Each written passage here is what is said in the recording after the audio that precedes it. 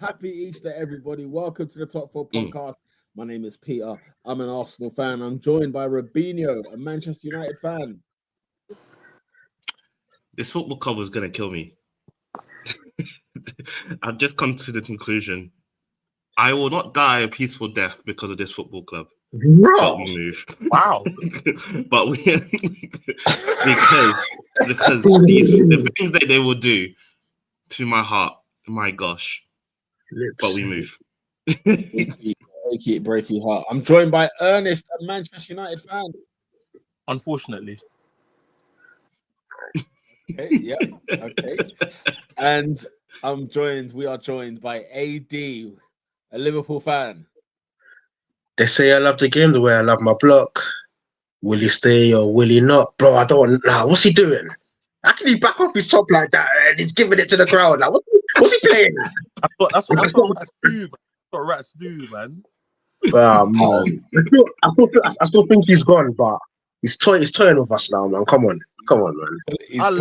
I enjoyed that celebration with all my heart. I fully enjoyed it. Look, he left his shirt on the corner flag, and then he was glaring back at it. This is it, man. Is that the picture he's going to use when he does Hala Madrid's? Is it? Man. When he scores that first goal on the Bernabeu, we will be there. Fantastic. We will be there. We will be there. I'll be there as well. You know, when the wounds heal, you know what I mean. I'll be willing them to do. Hey ho, as well.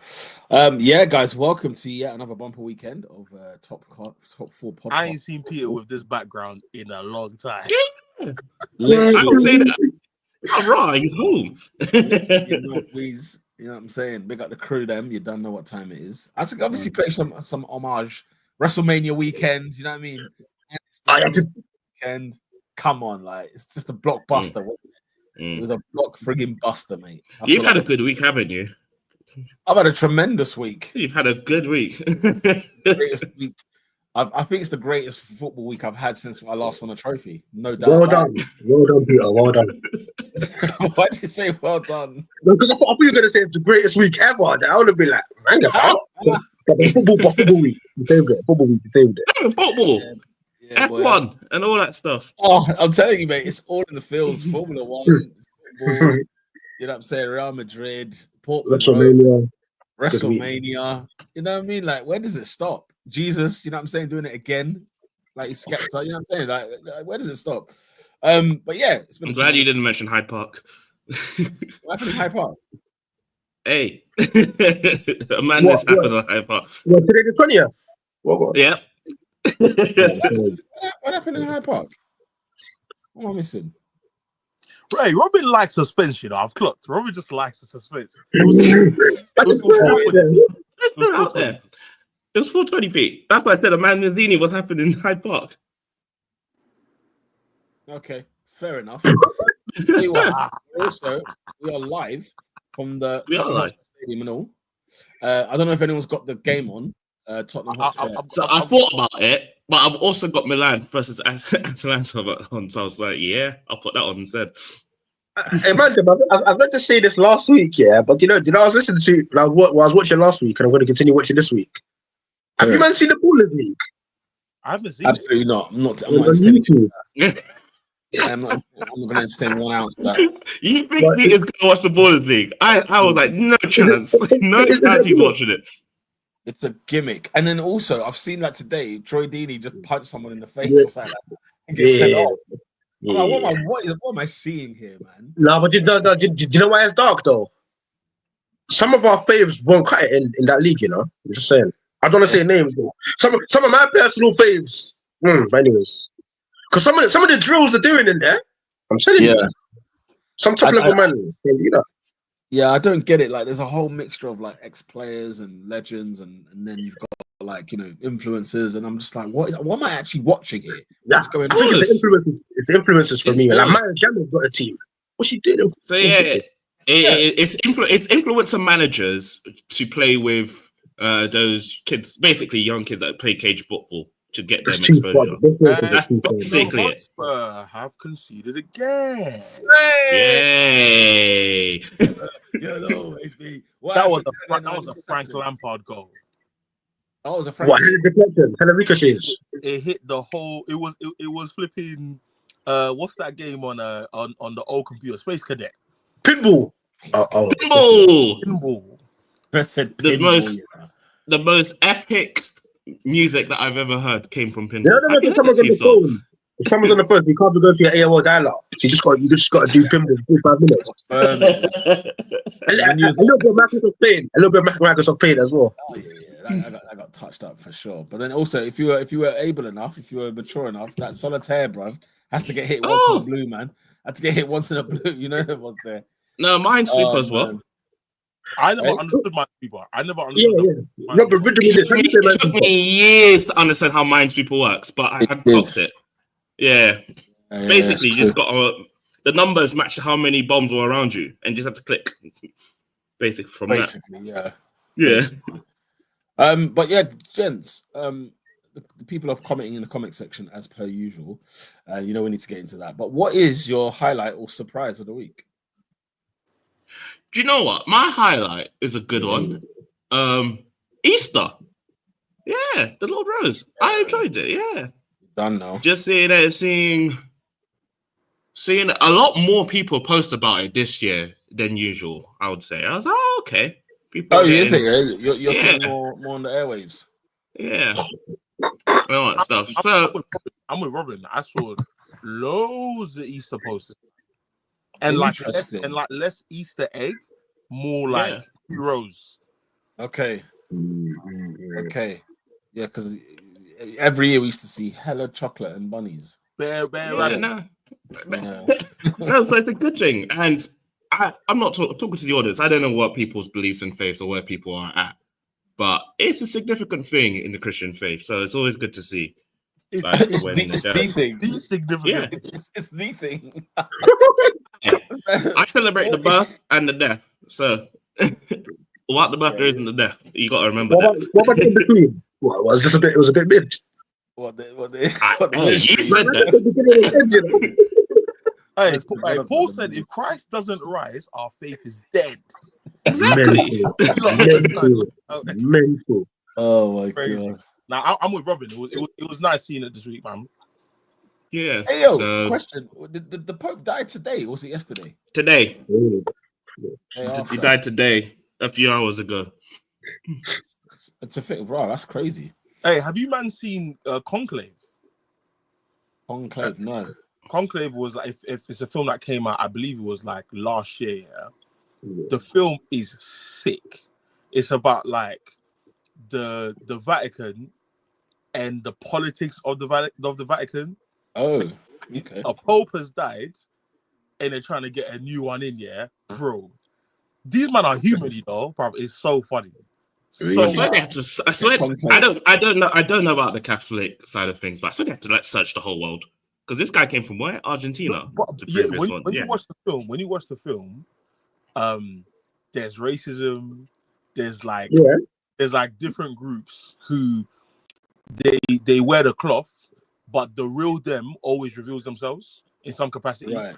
So it's to observe that like every community, like the doctor community, the tech community, the engineering community, you esteem the thing they do over the character of who they are, and you realize, oh, they're human.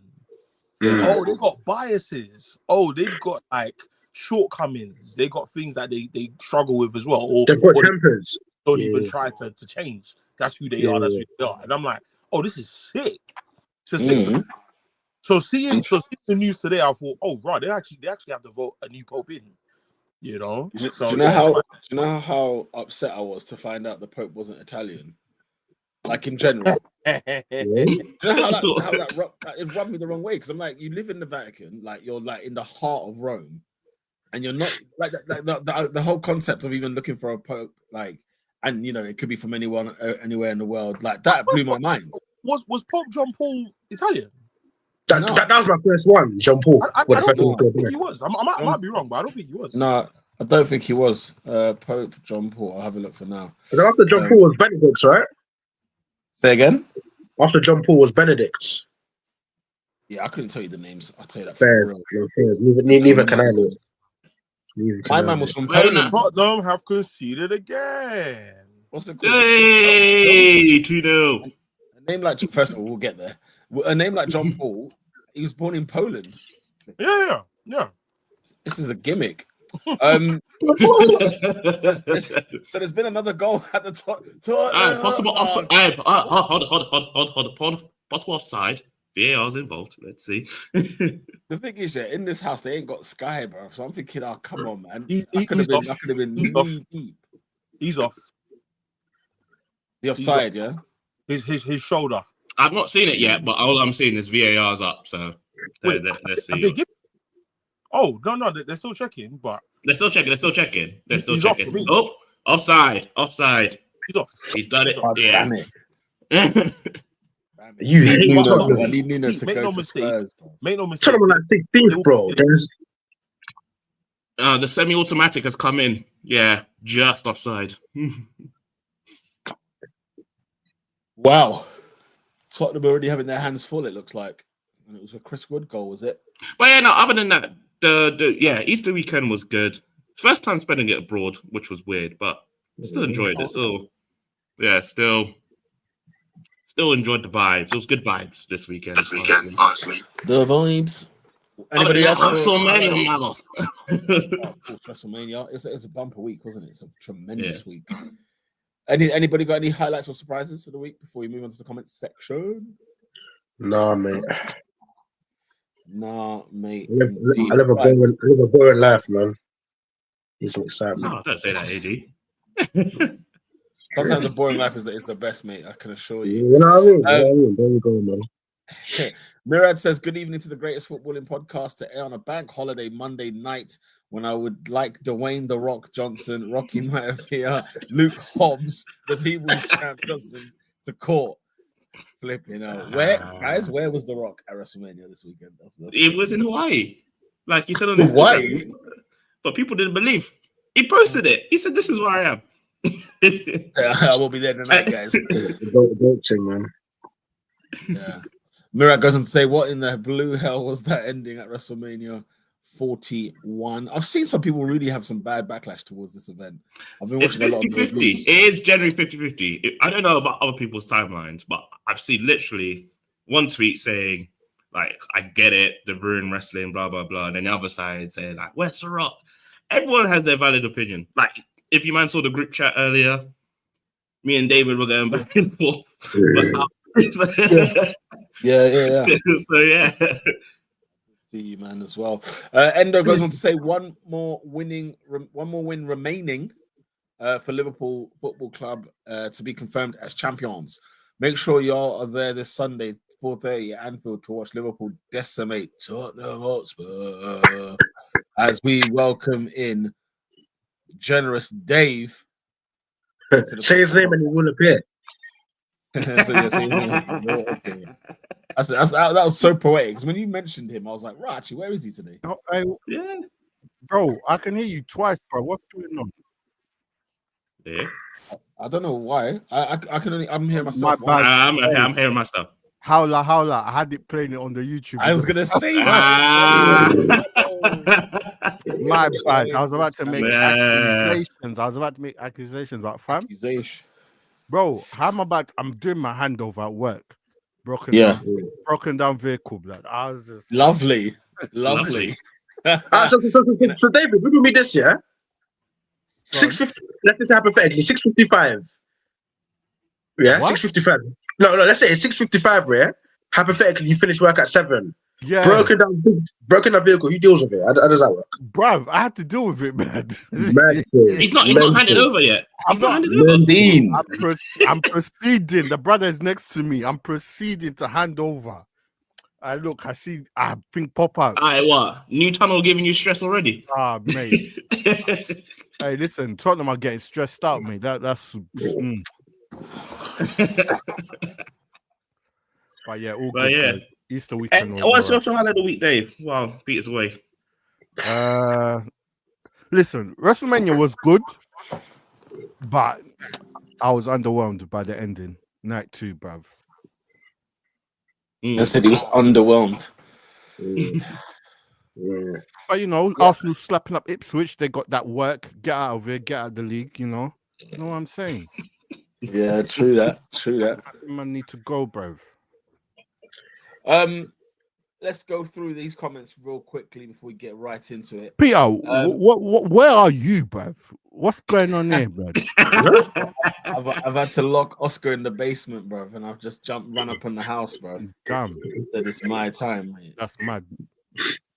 Yeah, no, I was here over the weekend, so all right. I say weekend, more or less just yesterday. So be at the full rank.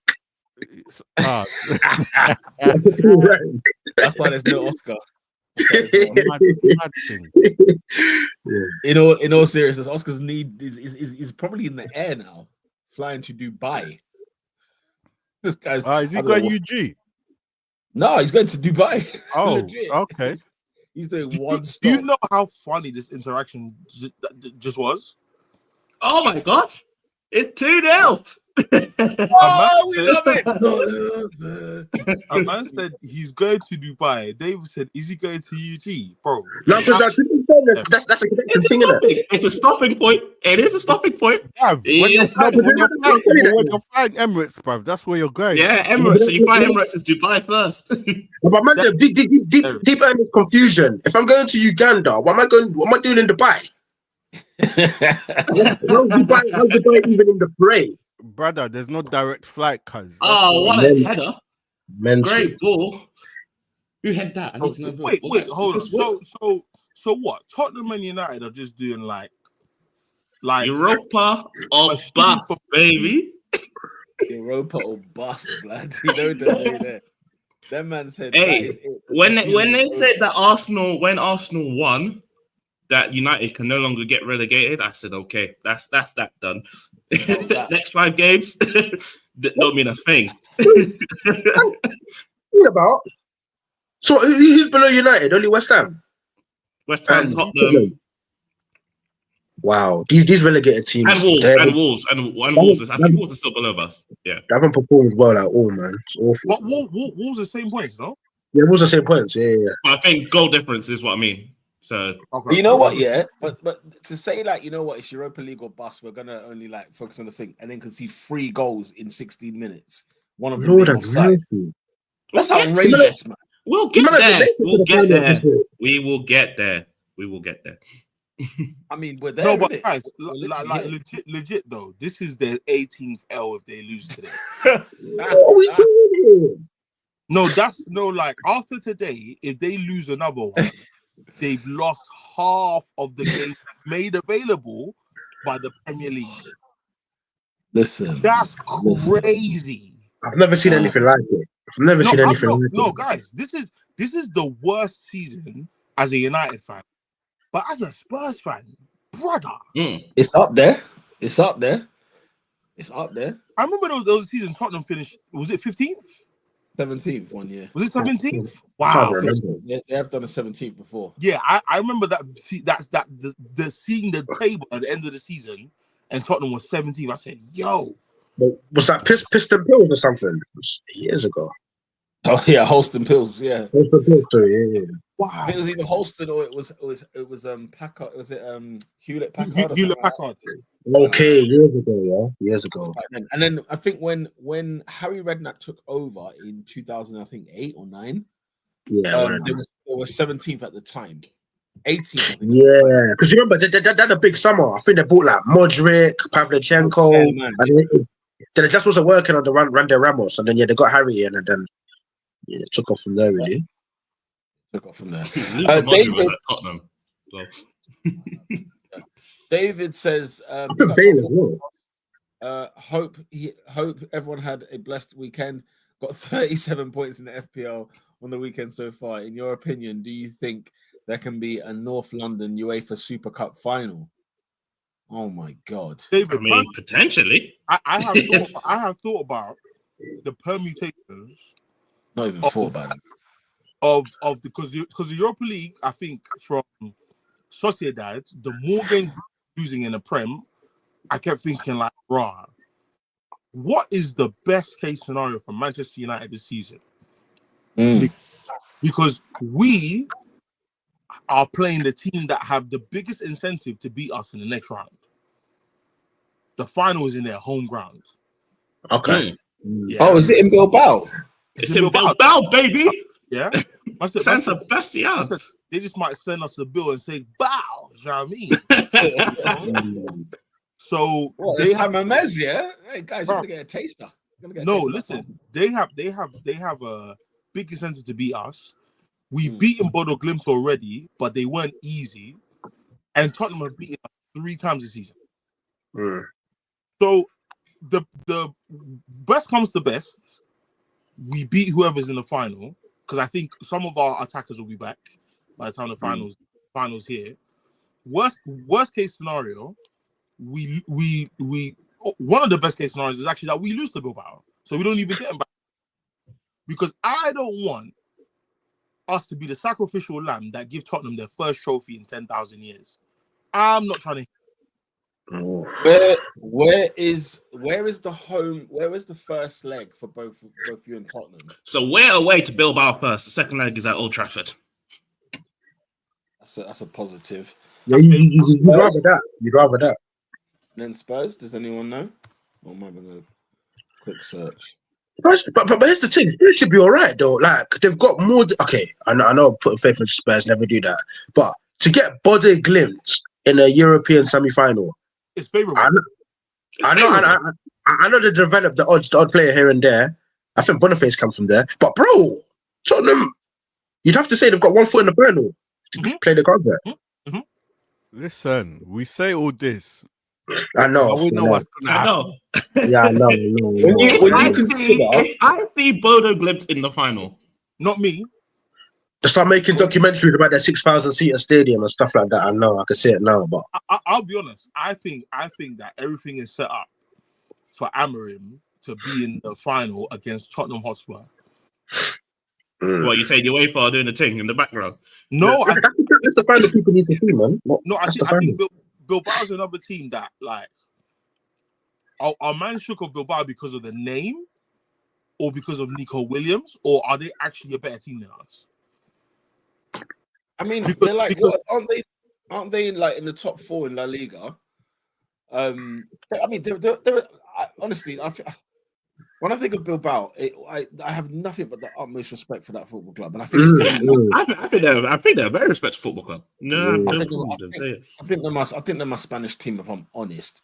But like, yeah, there's just something about them. Like when you consider the pool of players that they have to pull from, fine pool. And if you look, bearing in mind, my choice, by the way, but that's a different story. Yeah, I mean, but it's I love that. It's absolutely like this is how football, in my opinion, should be. Like it should come from these areas. Like when you talk about 4th, they've lost 5 games this season. They've drawn 12. That's more than Madrid. They scored 49 and conceded 26. So. By every metric, they should beat us. Yeah. Oh, dear. Yeah. I feel like Bilbao's a better side than United today, for sure. You tell me. But the thing, because when you think about it, even though when we look through the Europa League fixtures that United have had, which team do you think, in your opinions, is actually a better side than Man United?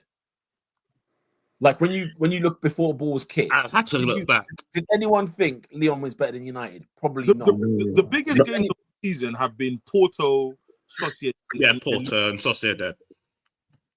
Porto, Sociedad. Okay, so Porto, you could probably argue. Do you know what? It depends on. I mean, who are Porto anyway at this moment in time? I genuinely don't know. I couldn't even tell you because they were in the Champions League quarterfinal last year, or so last 16 last year, nearly knocking us out. In fact, and then they're in the Europa League, getting knocked out. What round? When did you knock out Porto? I think it was all group, but it was in the league stage. Yeah, league phase. The top 6 or top 8, one of them. Where did Porto finish in that? We finished 3rd. We finished 3rd, Robin. Yeah, it was 3rd. Yeah. Where did Porto finish? Does anyone know? Could not tell you off the top of my head. But that's the thing. All I know, it was Bilbao 2nd, us 3rd, and Tottenham 4th. Lazio were the only one that in the top four that didn't make it. That's the thing as well. I'm annoyed with Lazio because they wet the bed in Bodo Glimt when they went out finished there. 18th. 18. Yeah. Yeah, so okay, maybe Porto should be a better side, but so the top 8 is mine. The Bodo Glimt finished 9th. The top 8 was Lazio, who are Athletic Bilbao 2nd, Man United 3rd, Tottenham 4th, Frankfurt 5th, Lyon 6th, Olympiacos 7th, Rangers 8th. Which made that made most of the quarterfinals. So yeah, I kept telling Robin like earlier in the tournament, I'm shook of Lazio. They got knocked out by Bodo Glimt. Yeah, Lazio. You said they topped the group. Yeah, they finished top. Because you told me after beating Sociedad, I don't know if we make it past the quarterfinals, and I said fair enough, but we've done it. Well, I said that. No, I only said that. Yeah, but Leon, as you can see, Leon are a fox. My God. And they were 4-2 down. 4-2 down to 10 men. What was going on, bro? Yeah, they're a joke. They're absolutely. They conceded 2 goals at home. First, that's the first red flag, and then the second, you concede 5 away in a European quarterfinal. Nah, man, get out of here. Get out of here. I learned 2 things from that Lyon game. What did you learn? Need to grab Shirky. Oh yes. And the second thing is, and Thiago Almada as well. The second, we are absolutely diabolical side. Because I don't care what anybody says. People will come into the shop telling me, "Yo, Andy, what you saying, man? That was a big win, you know." we conceded 4 goals at home. Joke team. We Twice to 10 4 men. goals at home to Lyon. They were better. Crazy. We were 2-0 up, cruising. They were better with 10 men. My God. I heard man shouting in group chats. Come on, man. It's just where the stakes are. Bro, as soon as United were 2 up, that tie for me was over, done and dusted. I moved on. Yeah. To be in fairness, No, but you were right to move on. That's the issue. On to the next thing. It's only the next day. Peter, I fell asleep. That's how over I thought the game was. Peter, I fell asleep at 2-0, yeah?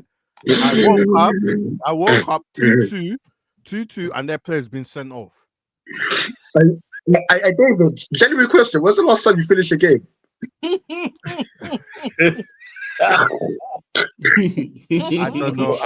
I don't know, man. So you finished that. Right. No, I did it. I definitely And did the thing is, like, if Ghana took a chance early in the second half. Oh, the 3-0. We're 3-0 up. Where he's clear, can take all the time in the world. No one is around him. Setting the defender decide. And then pass to the goalkeeper. I said, this guy, man. This guy, bro. No, for real. Nat says Bodo Glimt are big man. They beat Lazio, by the way, who will clean up Spurs. If United get Champions League and finish 15th, La Liga and Bundesliga can never give up. Yeah, to David's earlier comment, the idea of a Super Cup being between Arsenal and Tottenham, Jesus, absolutely not. I don't want to hear. No, I don't want no part of that, man. Why? What do you mean Tottenham are winning a European trophy? No, but you beat them though. We could beat them. Yeah, I hear you. Hey, my can't be doing no, but I'm not trying to for the Real Madrid game and of Spurs. No. It's just what world am I living in that Spurs are playing Super Cup football? I mean, Pete. Respectfully, I can ask you the same question. Yeah, and you'd be right. Yeah. And you'd be right to ask ask. you the same question. You'd be right to ask. That's what I'm saying. Man can't not have a European Cup and be asking the next man why he's got one. That would be a bit greedy. Hey, listen. Hey, Robin, I've just seen starting at the Tottenham Stadium. That's a disgrace. What have you seen? What have you seen? On the advertising. I didn't want to say it. I saw it as well. Did you see it? It's a disgrace. Yes, I did. What's that? Talk to us, Dave. Bro, they stole our thing, bro. What do you mean? Sorry, what are we talking about? So at the Tottenham at the bowl at the Beyonce bowl, they've decided to call it the Breezy Bowl because he's going to perform there, mate. It's a disgrace. I'm surprised they're doing that, you know? Bruv, they've stolen our IP, our intellectual property, man. I know.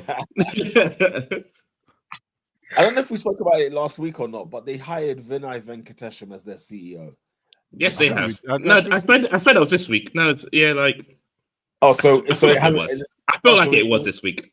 You think it was this week, bro? They I know you put it in the group, but I can't remember when exactly. Like the last thing Tottenham need is more commercial marketing. Business you need to sort yourself off the pitch, bro.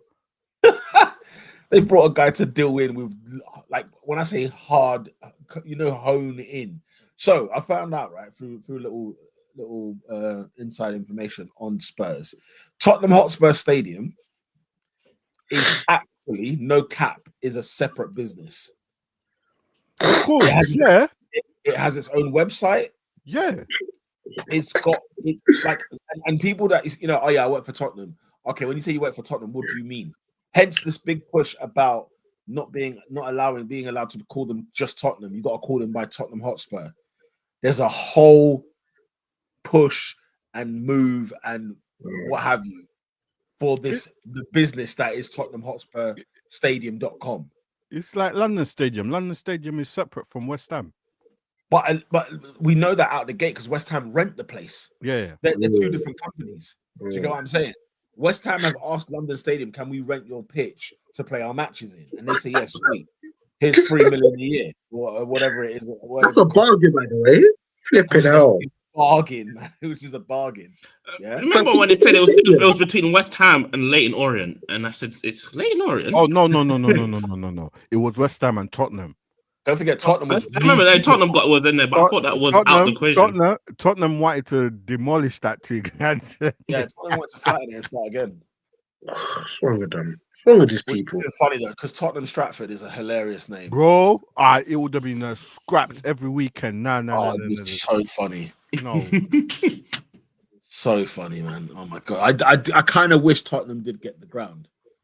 But it sounds to me similar to England and Wembley Stadium, because Wembley Stadium is the home of England Football Club, but there's the Wembley Stadium website for all the concerts and stuff. So yeah, I mean, bro, England play what? How many matches a year?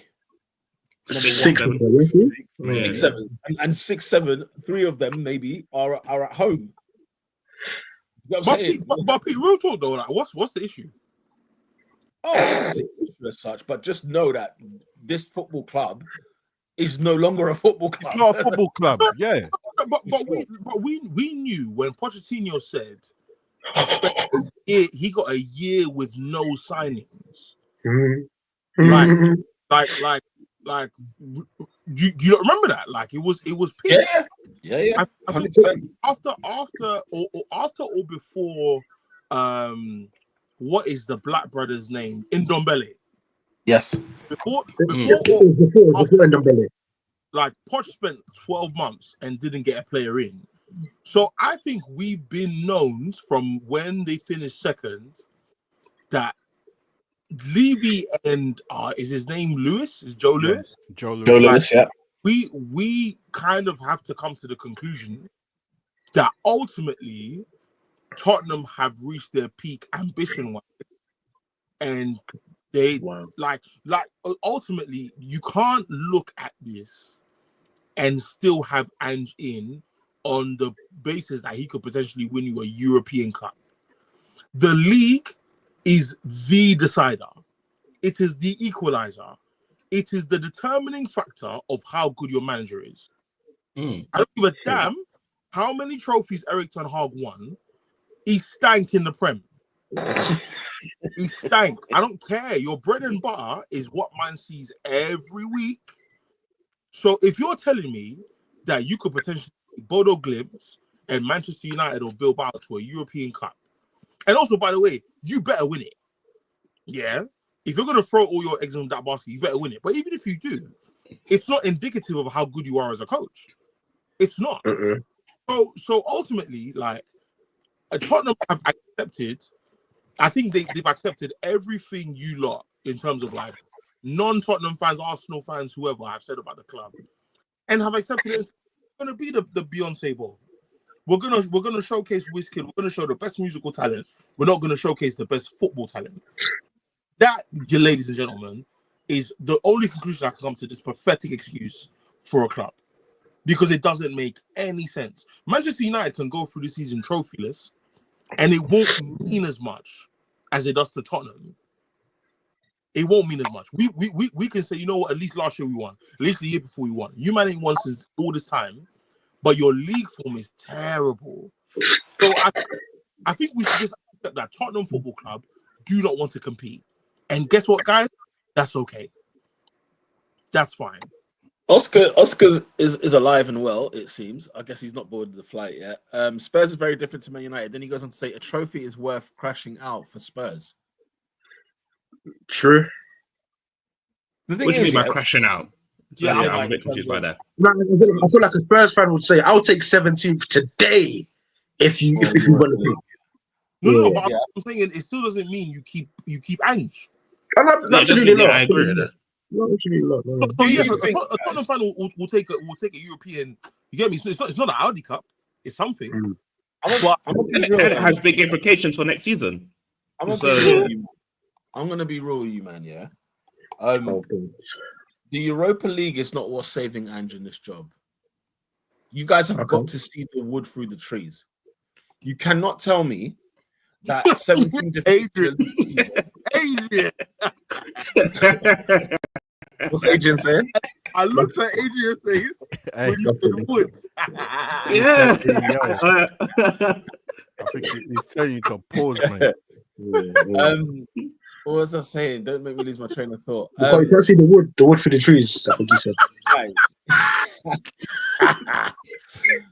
If you lot think Tottenham Hotspur are keeping Ange because of the Europa League, you guys are sorely mistaken. You cannot believe this. You can't believe what you're seeing here. There is no way. There is no way. They are keeping this man. If there's one thing that Tottenham are proving to us, what they're telling us, is they are keeping this man in no matter what. Do you think for a second that had he lost in midweek to Frankfurt, that he would not be in the job today? Are you guys sure? I know he would have been out. Potentially. There's no way. There's nothing that indicates that would be the case. Because as Ernest has put in terms of like your league form is the real you, basically. Yeah. There is no the fact that you still accept this week in, week out. Yeah. And losing to Forest at home isn't a surprise. Yeah. So it's not like, a shock defeat has happened. We're going to pull the trigger. They are seeing defeats, right? Okay, we don't need to get to 18 defeats, which, by the way, I think Arsenal have won 18 games this season. You have. So there's your context. So there's your context, yeah? You cannot, after the 10th defeat of the season, after the 9th defeat of the season, they made the decision there and then. They are keeping this man in, guys. He will be in his suit in August for the first Premier League game of the season with no trophy this season. Oh my God! No Europa. You don't think he was Europa? Don't be serious, silly Robin. I'm asking. Let's have a minute. Let's have a minute and answer. Let's decipher this. Do I think Tottenham Hotspur will win the Europa League? No, I don't think they will. No, I don't think they will. What? So you say Bodo Glimt, yeah? That's what you're saying. I'm saying Athletic Bilbao will win the tournament, whoever they play and beat. That's just my guess. Yeah, but if you think for a damn second, I think Tottenham are going to go above Bodo, Spurs, United, and Bilbao. No chance. No freaking chance. They ain't got the bottle. They haven't got the medal. Oh, wow. And you know what? Every weekend, every Sunday 2:00 kickoff or 4:30 kickoff that they play, because they play on a Thursday, they've proved that to you. They show you that every single week, whether it's Ipswich Town, whether it's Tottenham, Arsenal, whether it's Chelsea. Give me any type of team, any kind of team. Wolves. Hey. You get what I'm saying? I'm just look, because Matisse Tel was literally 3 on goal and he shot it wide. Hey, I'm not gonna lie, yeah, he's whack, you know. They paid 60 million quid for him. I've not seen any redeeming attributes about his game. Just tacticals on Twitter, isn't it? It's just man think you can just easily translate your ability from one league to the other. Like Bundesliga attacks strikes again. Yeah. But he was playing up in the Bundesliga, to be honest. He was second fiddle, wasn't he, to Kane? But you know, like you gotta see it, guys. You gotta see, like what they say, wake up and smell the coffee. When you've got a missus and she's cheated on you the first time, you've taken her back. She's cheating on you the second time, you've taken her back.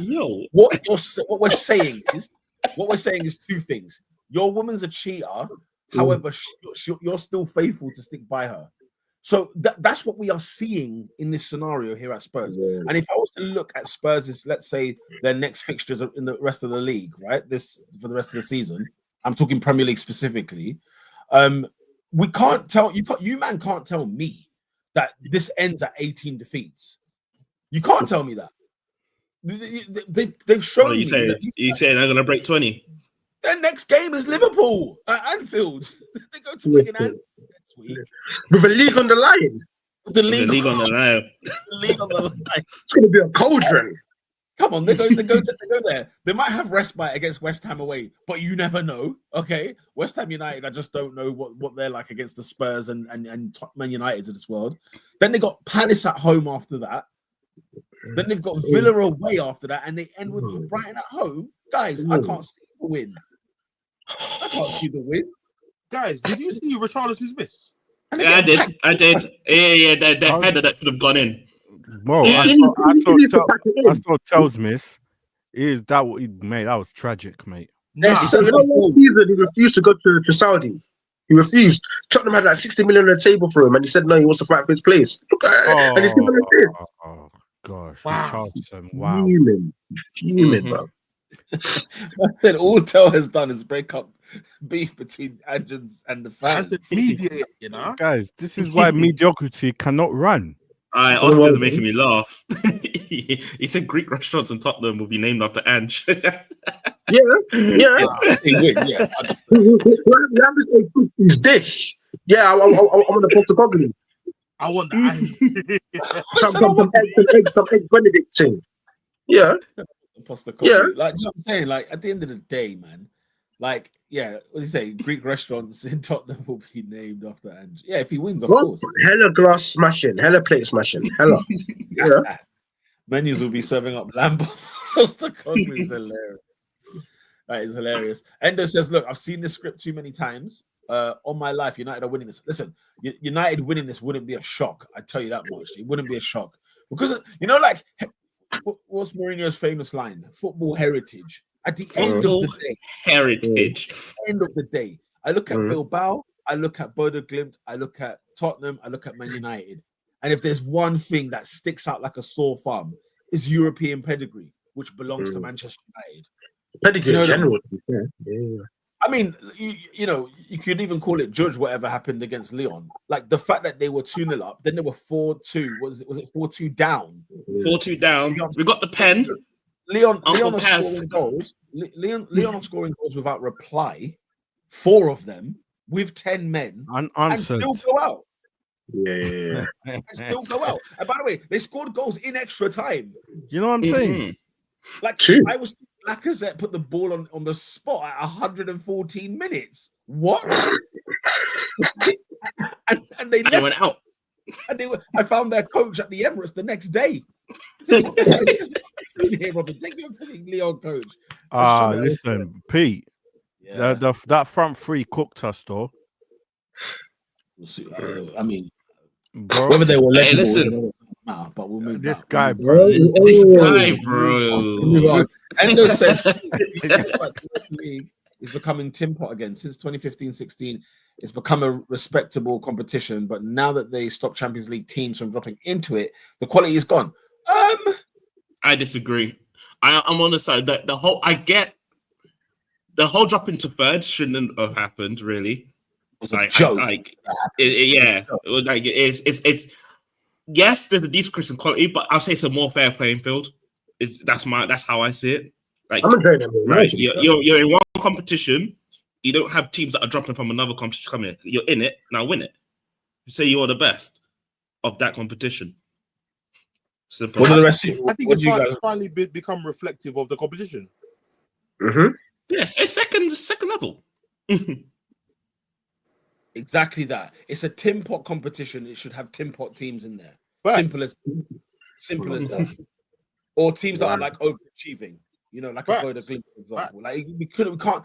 Like I don't want to see Atletico in the semi-final of a Europa League. Yeah. When I saw it in the group stage in the Champions League 4 months ago, it was a joke, man. It was a freaking joke when teams were out here just winning Europe.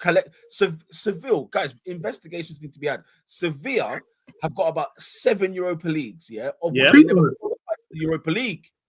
Peter, they'll challenge it. They'll literally say, okay, guys, let's get 5 points and let's finish third and we'll crack on from here. They didn't give a damn about the Champions League, bro. It was a joke. Everyone was literally throwing away games. Never touched a round of 16 in his life. What, a bit like how we threw the game away at PSG, or we're not going to go there? We can talk about it. We can talk about it because there's nothing else to say about United. No, I have a bit to say. Okay, crack on, Ernie.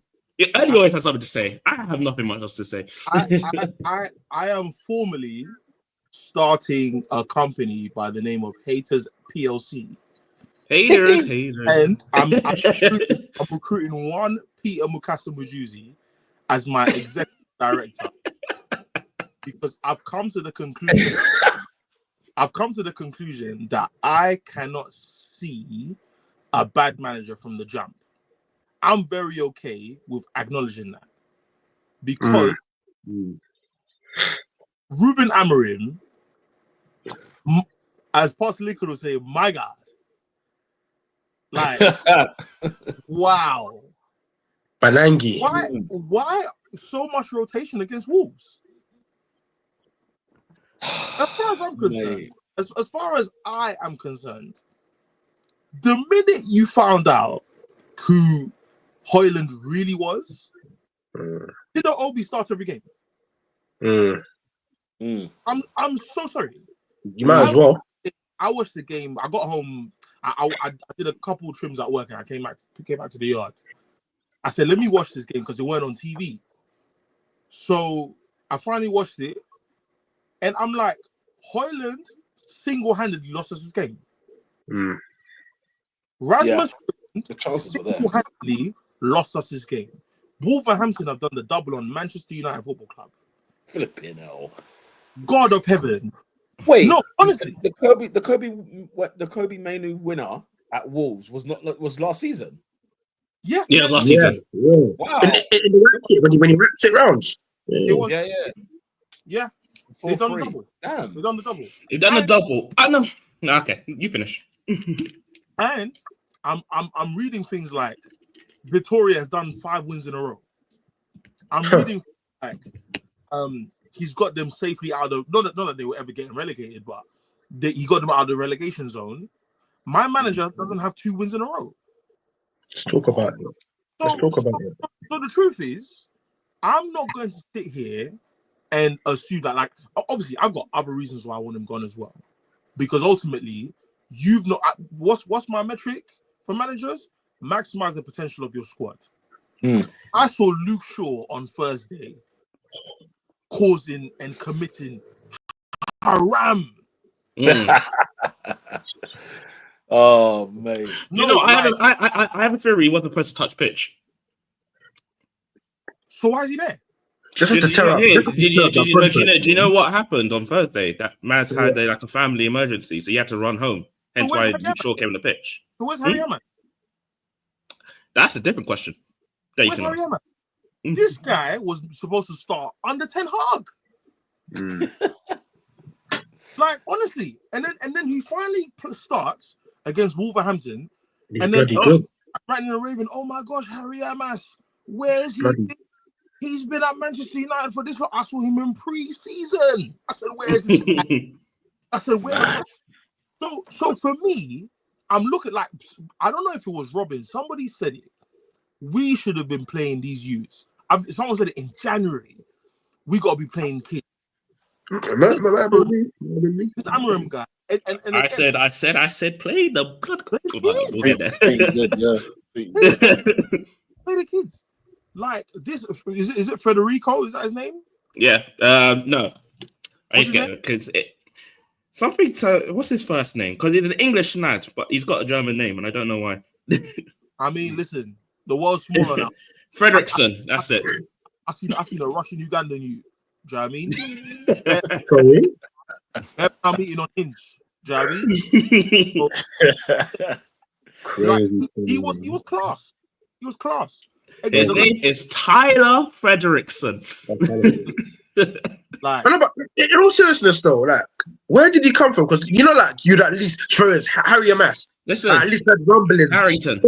Generally spawned from somewhere. We produce.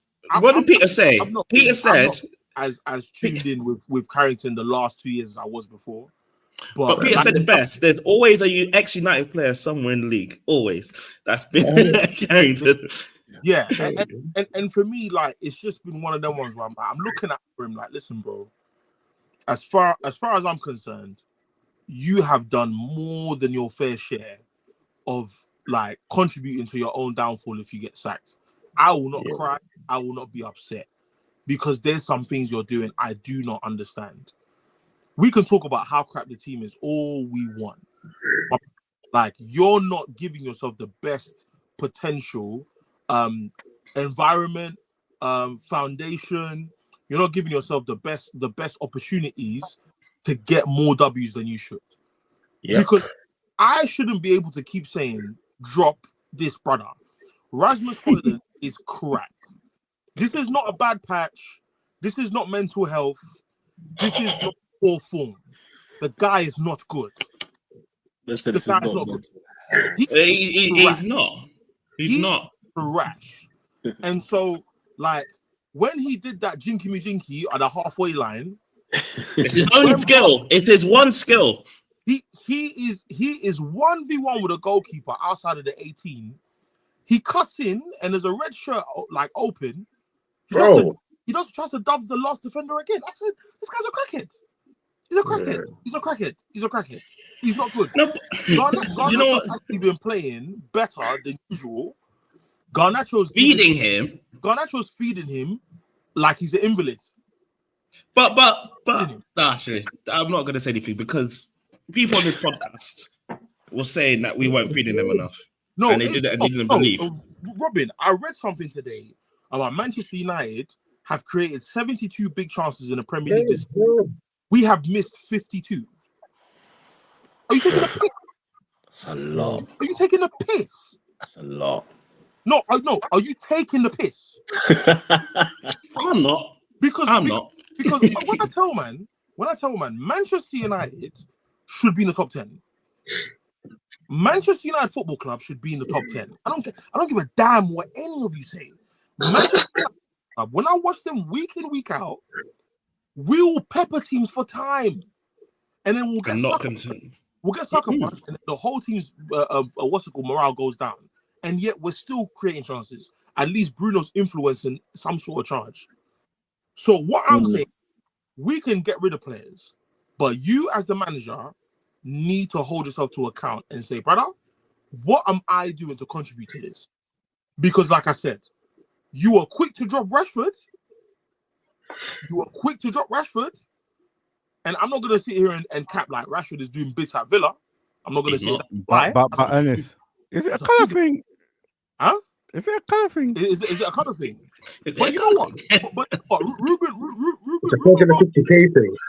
Rose with a man them though. I'm not going to lie. He does. Them he does still. Like, in 1460 were racist, but now it's a bit different. So like today, like, I don't know why you persist with Rasmus Højlund. Garnacho's not good, but Garnacho's had the last 3-4 performances. I've not been angry. He's been better. But you're still persistent with guys who are giving you no dividends. Nothing is coming as a result of you playing Rasmus Højlund. So please drop him. Just drop him. Man, quick question. Who have they got doing Monday night football, blood? I got French people, so you got to tell me. Yeah. Brother, I saw a name on Sky Sports' Twitter account, and I think his name was like Will something. I was like, Will Still. What a guy. The French English manager, the one who can switch it up between both languages. Who's that? Yeah. Basically, he's a. Do you remember the guy in League One that kept getting fined? What's the name? Will Still. Will 25 or something. That's exactly what it is. Will Still. Yeah. Exactly. Bring back Gary Neville. Bro. So he's working for a job then. But Gary said a couple weeks ago that he really wants to come back to do Monday Night Football. I can't believe he left it. I think him leaving it was such a howler. What? His What? credibility's gone down, man, ever since. Why did he leave Monday Night Football for? He left that years ago. I think it's unofficial. But I think he's focused. Yeah, it wasn't official. It was just like on the low. Businesses and overlap and all these other things. Yeah, I think he's doing too much. Overlap. Monday Night Football, even when there was no game on and they used to have it on, mate, it was such a good show. Such a good show. They can really do stuff with that, man. They could really do I'm bringing some nonsense guy, bro. But yeah, listen, for me, United, just win the Europa League. That is all I ask. I don't care how, I don't care where, I don't care who. Win the Europa League. I said win the That is all. You're the favourite. Sure. You're definitely the favourite. I saw a quote. I saw a quote on thing and it just made me die. You know how Shannon Sharp has been doing Lakers in 5? I saw someone wrote Nico Williams, Pharrell Williams, Serena Williams, United in 5. I died. I was like, yeah. Apparently we are the favourites because of the judge, according to people. Especially down to pedigree. Look at the pedigree, the European pedigree, man. We are definitely the biggest club in the competition. So, and we're the only team that's not lost a game in that competition. So, there you go. Then there you go. Right. Anything more? Can we talk about? No, let's talk about your good week, Peter, because you went. What do you mean? You don't want to go there? Oh, okay. You want to go here? Liverpool are close to winning the title, mate. Liverpool are close. They're literally moments away from winning the title. Trent Alexander-Arnold with the winner at the King Power Stadium. Good goal. Also meant as well that Leicester City have been relegated. But we'll talk on Liverpool. AD. Shall I tell you what? Yes. Can we kick off with Leicester? Okay, let's do that. Go for it. Can we kick off with the bottom 3 in general? Why have they been so horrifically bad? April's never done yet. Poor planning. Okay, but what does poor planning mean? Man, don't They're realize not ready for the league. holiday. No, do you know what? Yeah, to be fair, yeah, Leicester and Southampton don't have an excuse. Ipswich is back-to-back promotion, so I can give him a black for this season. They spent 140 million quid, though. As I said, you get a black back-to-back.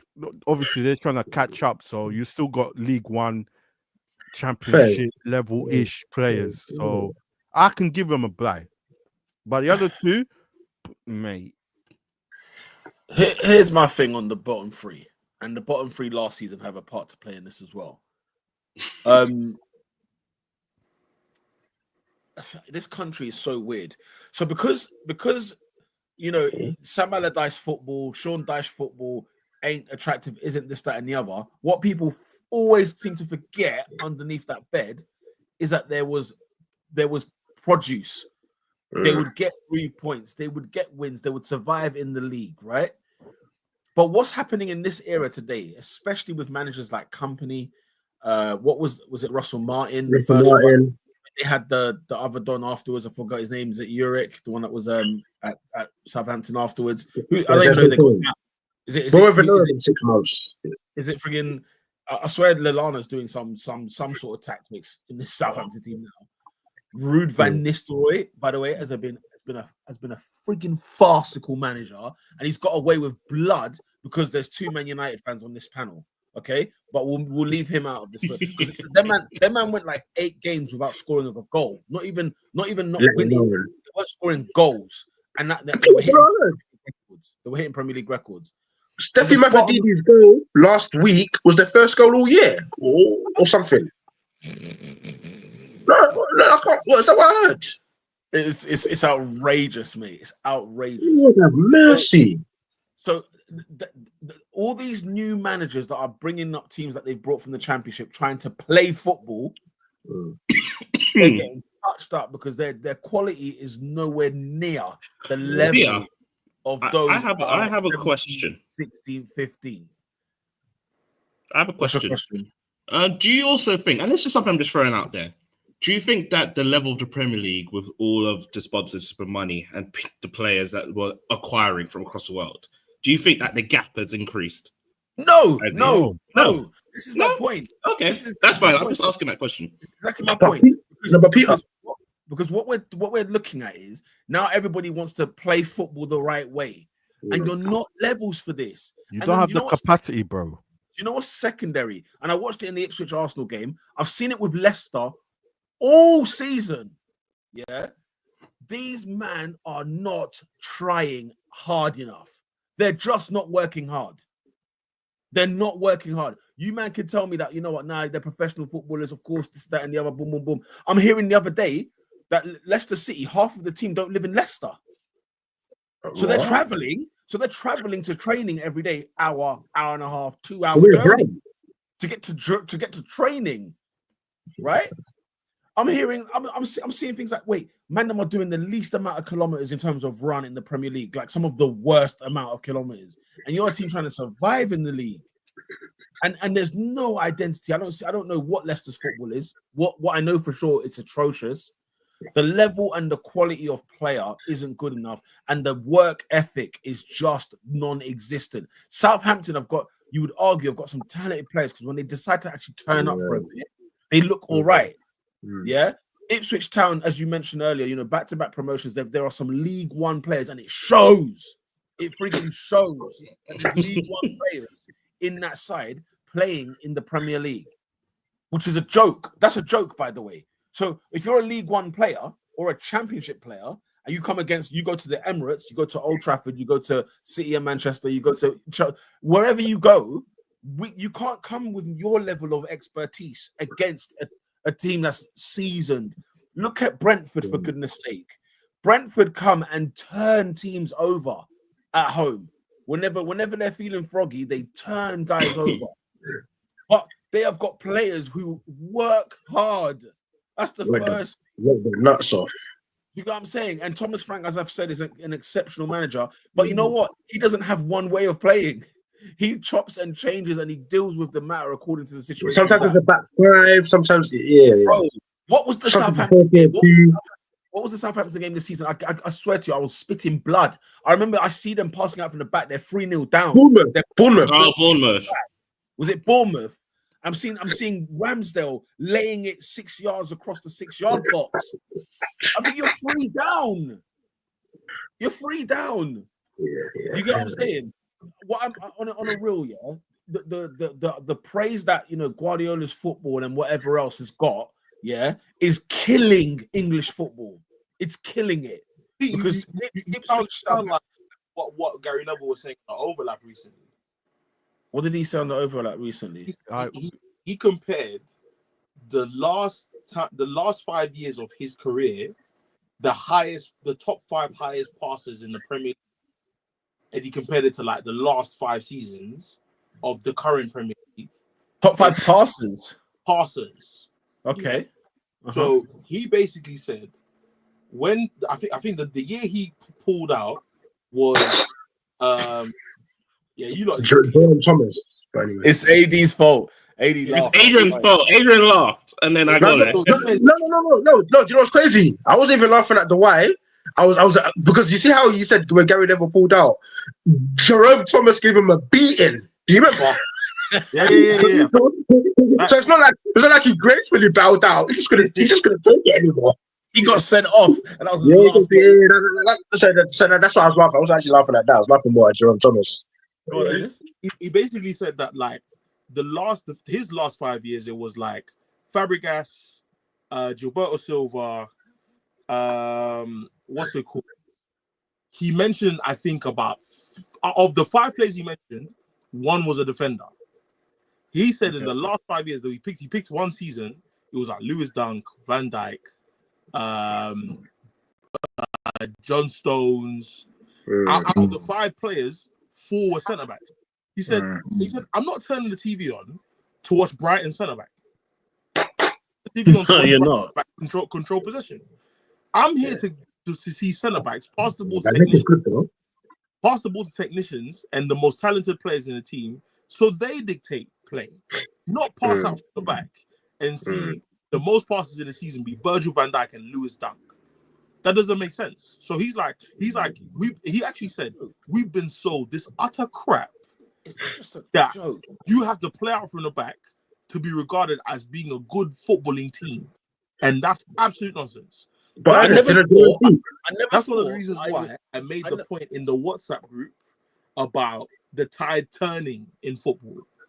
Because everyone's clocking, the Pep discipleship has to close down. Because it's not even on Pep. This is not even Pep's fault. No. Who are ill-equipped, who think they can copy and paste an elite manager style of football with below par players. Man, I'm trying to do caviar with spam. That doesn't make sense. But Alex, you know what I think though? Because guess what? Off the back of what we're saying, these disciples of Pep, right? You've got Enzo Maresca that done all he can to bottle the championship last season. By playing this quote unquote brand, whatever that means, he's got a Chelsea job. Vincent Kompany went down last year, and he somehow waltzed into Bundesliga. so it's ultimately it's a thing where these managers don't even give a damn about the club or how they play. It's like, okay, cool, let me play some quote unquote sexy stuff. I'm gonna move up. I'm gonna elevate in my career. Like this Southampton manager had a clause for when Southampton go down, he's gonna leave. So it's clear. Like a lot of these managers, these quote unquote disciples of Pep, they don't even care about the club they're even at. They're just using it as a portfolio just to say, look, I'm progressive, I've got good ideas, look at what I'm doing with these mediocre players, give me some great players and you see my true worth. So then what we get to get Southampton, rock bottom, even Kieran McKenna to a degree. Wasn't Kieran McKenna not? Well, Chelsea not looking at him. What Man United not looking at him? Chelsea United were looking at him because of the stuff that he was doing. And yeah, you're right. Like, a lot of these managers are... He was in League One 2 years ago. Then the year before that, he was on the United bench. Yeah, bro. The thing is, do you know what though? Are we also saying that we're also trying to accelerate managers too fast? And I'm not even saying that in the Premier League. You brought up the Vincent Kompany point. He's gone to the Bundesliga. Fair enough. He's about to win the Bundesliga with Bayern. That's not a hard job, though. But you need to understand, Peter. He's gone from Burnley to Bayern. Oh, I understand. Yeah. Listen, what he did a shocking job at Burnley. Yeah. I got the Bayern job. No, but Peter, that's the point. He done the perfect job because he just had to say, I can play half decent football. Yeah, and it's the fact he lasted the league. He lasted the season, didn't he? He lasted the season. Like he went down with them. They want to go down with him. The Burnley were happy to take him down with him. You know what I'm saying? And the thing is like, you're not, Tottenham are losing 18 games in the Premier League season, nowhere near the relegation zone. Guys, they are garbage. The three that are coming up are utter garbage. And they're garbage in the sense of work ethic. They're garbage in the sense of they don't score goals. And they're garbage at the fact that even when they want to play football, they can't do it properly. Peter, there's a fourth point as well, I think. Who are the two teams coming up next season? I think they got confirmed today. And Burnley, man. Leeds and Burnley. No,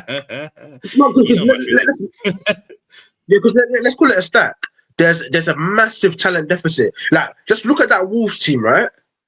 They can call him Mateus Cunha for crying out loud. Yeah. Stan Larson's half decent. You know, Andre and Gomez in midfield. We mentioned Brentford, right? Brentford lost their best striker. His replacement done his ACL, I think it was, and they haven't even missed a beat. And Bremer and Worcester, I think both of them have got like 15 league goals individually, or pretty damn close. So it's like, if I'm like a Burnley or whatever, I'm gonna come up with my 4 to 8 goal a season striker, and I'm gonna get torn a new one, and we're gonna go down and dominate the championship, and then come up and I think ultimately the bottom teams that are coming up, they're not good enough. It's as simple as that. They're not good enough, man. They're not good. It's pissing me off. I never thought I'd be in at a stage where I'm missing Bolton and Stoke because they actually had metal about them. Like, I can't even, that's even coming out my mouth. But what I'm saying is teams that just It was like we've come from Real Madrid in the Bernabeu, yeah. Probably got pissed royally on the whole night on Wednesday night. Have come to Portland Road for a training session. Did you watch our football? Peter, here's the thing. No, I did not. It's the best performance. It's the best performance we've had all season. Here's the problem. The God was stupid and creating again. Flipping now. As was doing the crip walk and swinging his hips. The problem you have here is all these managers have now ditched. Well, even essentially the club owners have now ditched survival. They've sort of just decided, okay, listen. It's woke football now, isn't it? It's just woke football. Do you know what I mean? You got what I'm trying to say. I don't like the way man put two Man United fans for rude. Though. That was crazy. I'm not gonna lie. Again, I don't like the way man pointed at the two Man United fans in the group like it's rude. Rude was not criticized. That's not my team, bro. I don't care for that stuff. No, but bro, I want to know what Rude's win percentage is. It's Peter. It's all banter, bruv. Of course, it's banter. It's all banter, but like your Steve. No, David, the way you try to slip. Honestly, can't get away with this one. It's sorry. All banter, man. Come on, guys. Let me make my point. Like, you still need your Steve Bruce and your Allardyces in the game, bruv. You are not all gonna do tiki taka, bruv. You don't have the capacity to do it. We need route one. Route one. Thank God, not everyone can do tiki taka. Thank God. No, but that's the point. That's what it seems like everyone is trying to do tiki taka, and you can't do it. You don't have the capacity. You don't have the knowledge. Listen, you don't have the knowledge. You don't have the knowledge. Mind games. You know when you ain't got the knowledge and you're still trying. That's crazy. Like they all think because they've got the UEFA continental license, they can do thing, bruv. No. Yes. Stick with the national team. What you know, your bread and butter. Guys, you know what Ruvan Nistelrooy's points per game average is? Come on. 0.24. 0.81. How's that your average? That's not even one. That's crazy. That's crazy. So across the season, you get 38 points. No, wait there. So the 3 Premier League wins, I think they're including Man United. Let me go just Leicester. 0.5.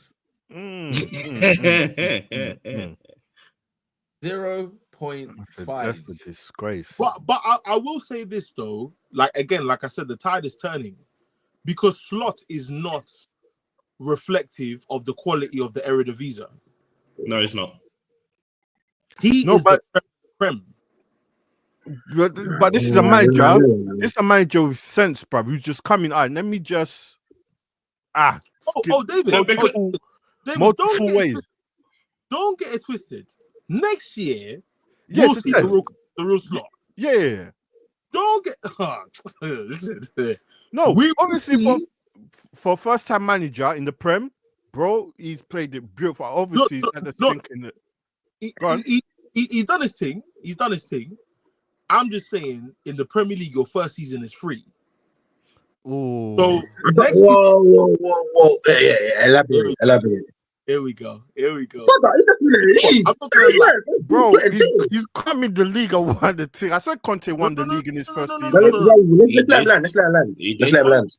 They won the league in his first season. Then when he played in Europe, we saw the real Conte. That's why when man was telling me about Napoli, I said, guys, wait till Europe comes next year. Then talk to me about Scott McTominay. If he's still firing, I'll hold my hands up. Yeah. I'm saying the Premier League gives you your first season for free. The reason why we call Pep and Klopp like real bad man, yeah, is because they showed us it wasn't a fluke. And I'm not saying Slot isn't a good manager. I'm not saying the guy can't coach. But there's a level to which when the league clocks your game and you still win, then we know you're okay. I hear that. Okay. You know what I mean? Yeah. I know Adrian was ready for me, boy. Adrian was like, wait. No, but I said this. I said this 6 months ago when I said, okay, it'll be interesting to see what Slot does next season. And I got cussed out for it, but I was like, okay, cool. Bro, your vocabulary wasn't correct, as Ernest put it. If you put it, I was like, okay. I said the same things, but people don't want to listen. Your vocabulary. People don't want to listen. Your terminology wasn't correct, bro. I said the etymology was a bit, it was a bit crazy. I'm just saying this is not revelation, people. Well, not to me. Because Robert, what I'm remembering is you said something to the effect of, "Let's see him do it again." I said, "But he hasn't even won it. He hasn't even won it the first time. Now, can we celebrate now, please?" Ernest said the exact same thing. Let's see if he does it again. No, but you know what? His terminology was correct, man. No, but you know what it is? One thing I've clocked is that throughout the years, Robin has to hate. I'm a hater. I'm part of the hating nation. I will gladly say that. I hear it. But you've had your watch on for certain man. August 31st. It's like, you gotta wait, man. You gotta wait. There ain't no waiting with me. There's no wait. Actually, do you know what it is with me? I will give grace to certain man. I'll admit that. I select and choose. But there's some things I'm just like, no, I don't have the time. I'm glad you kept that on buck still. You kept that on real. All right. Speaking of watches, I need to turn in my Moose watch, man. What you also need to do is apologize, Adrian, because I know we moved on from Rasmus Højlund, but you backed that man and said we were not feeding him. And I know we moved on from Man United, but I said we need to get on to Adrian because this man, he infuriated me. Right. I'll let you lot cook, and then I'll let you lot cook. Yeah, okay. Perfect. Robin, your dictionary is free. This is what I'm talking about. He infuriated me. Talking like we were speaking Dutch. And I'm like, guys, he's whack.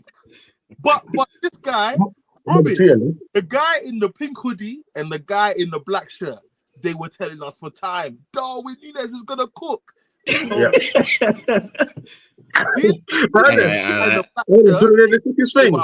Telling me about Joe Linton.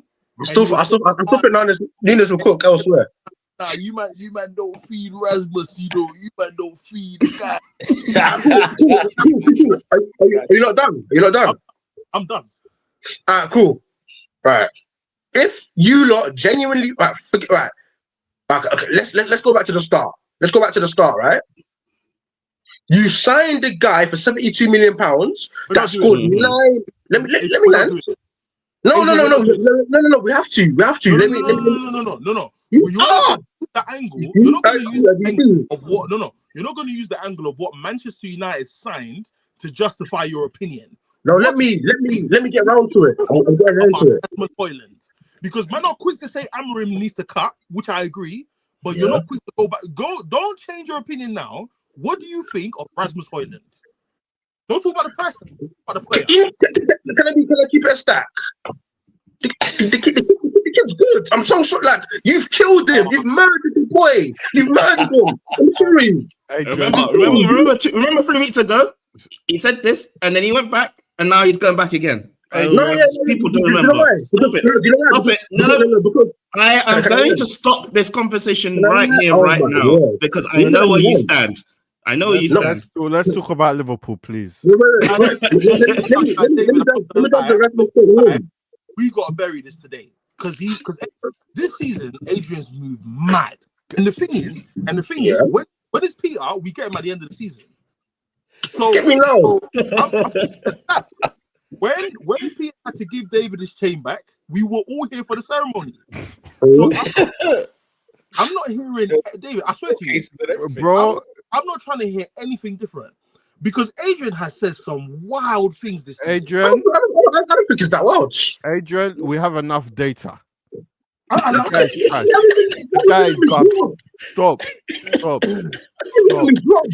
Man, them love to argue. No, stop. I'm making this debate is over.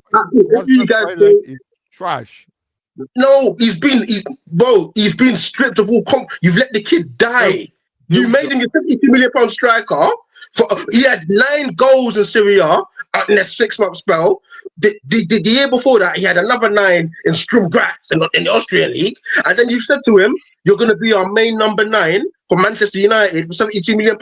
He was doomed to fail from the start. He was doomed to fail.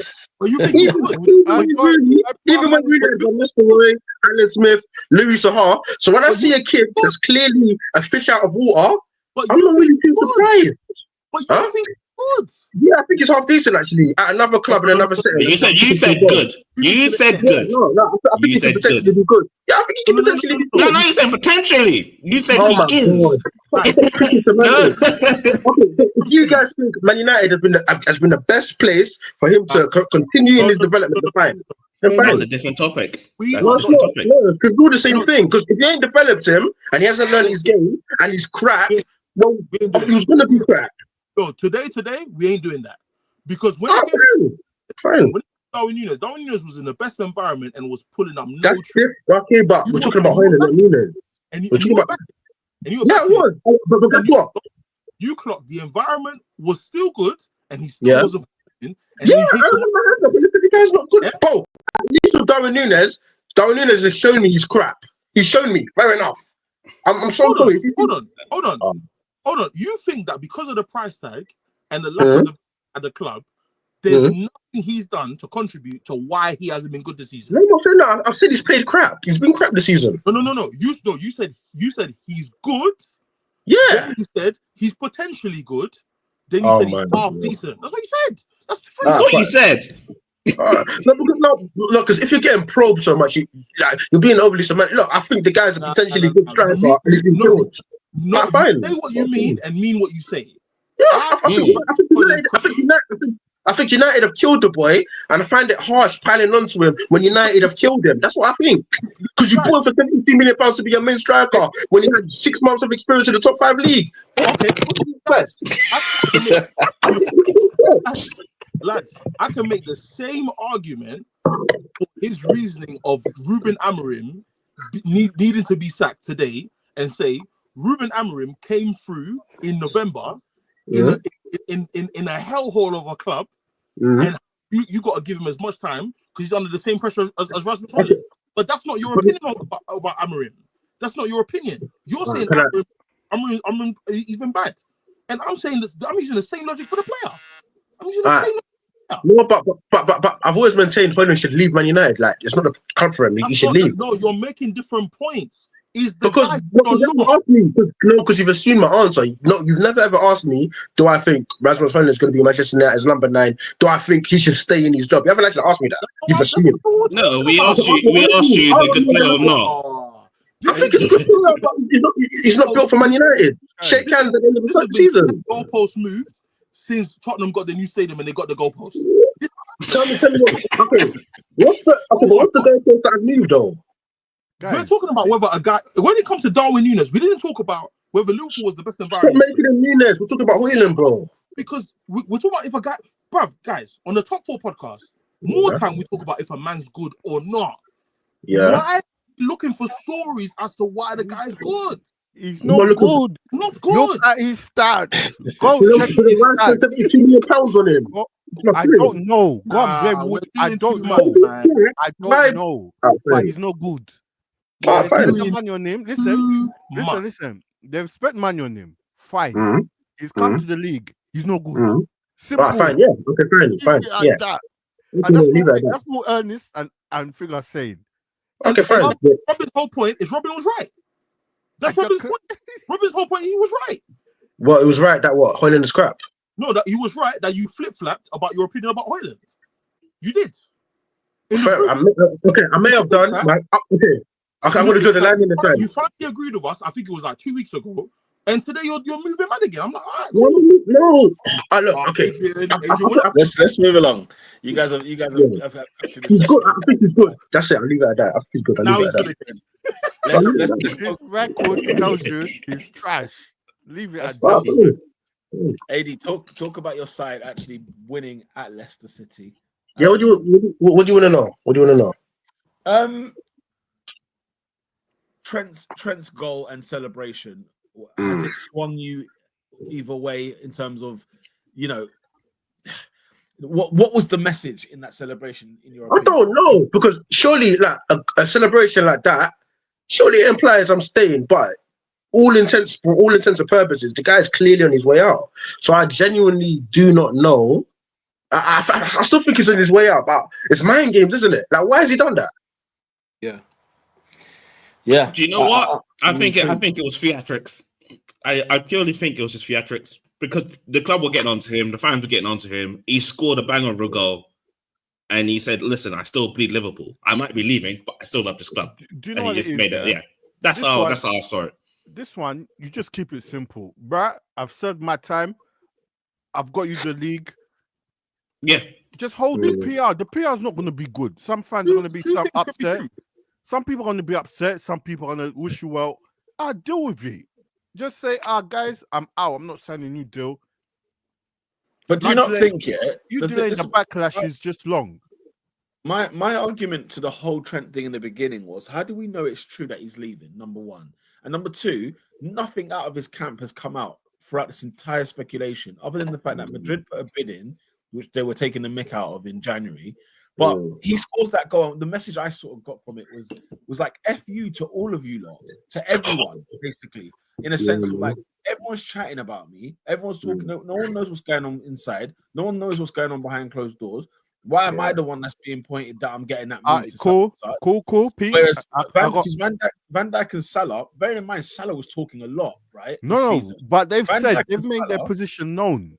That's what I'm saying. They made the position known. Why does he have to come out? But why does he have to come out and say, I want to stay at Liverpool? When Peter, he has to do that because the fans want that. That's what the fans want. Nonsense. It's a lot of nonsense. Trent is there to ruin Liverpool. Bro, it's your choice. You don't have to say anything. People are going to ask questions. He's got so much heat. He's had so much heat for this. It's actually crazy. Because actually, what's he done? What's he actually done? He's not done anything wrong. He's not done anything. He's not done anything wrong. Good or bad. He's done nothing. Absolutely nothing. And neither did Van Dijk. And Salah was talking a lot, but Van Dijk and him didn't say anything. No, really. He did say a little bit. You're not listening, bro. They stated their position. They did. I'm waiting on the club to offer me a deal, and I'll sign. And eventually, that's happened. But what if that's the case with Trent? Bro, he's not because you know what? Trent in his post-match did say, like, listen, I'm not gonna get into what's going on with me. So he's still continuing to be quiet. Which is fine, which is his prerogative. Oh no, David, it's not fine. It's not fine. For me, fine. Not fine for Liverpool. Hey, listen, I'm not a fan of Liverpool. If they want to get upset, that's their business. Me, I'm just saying, hold that smoke, blood. But the thing is, we know because the consequences, bro. That's it. You know, it's one of those ones where you just trust the Fabrizios and David Ornstein's coming out and saying that everything's being finalized, the contracts. Like, we all know he's going. He's just not saying anything. And again, what can you do? Nothing. Let him fulfill the contracts that he signed and he's obliged to do. No, but Robin, he's doing. To David's point, I think it's easier said than done. I don't know if you lot can see that. He's watching the fun of the play. Oscar's watching the match on the play, and he said, "I take." And he said, "I said about airlines." What a fraud! Oh my god! Like to David's point, like it's easier said than done to just like get on with it because men are calling you all sorts of stuff, and like Peter saying, your camp hasn't actually said anything, but the silence is killing a lot of fans because for them it's like. You said a lot of things in the name of being a Scouser, Liverpudlian, and all this other stuff. So they're taking it to heart. Now, I've learned in my life not to listen to football fans because they say one thing one week and the next thing. You know what I mean?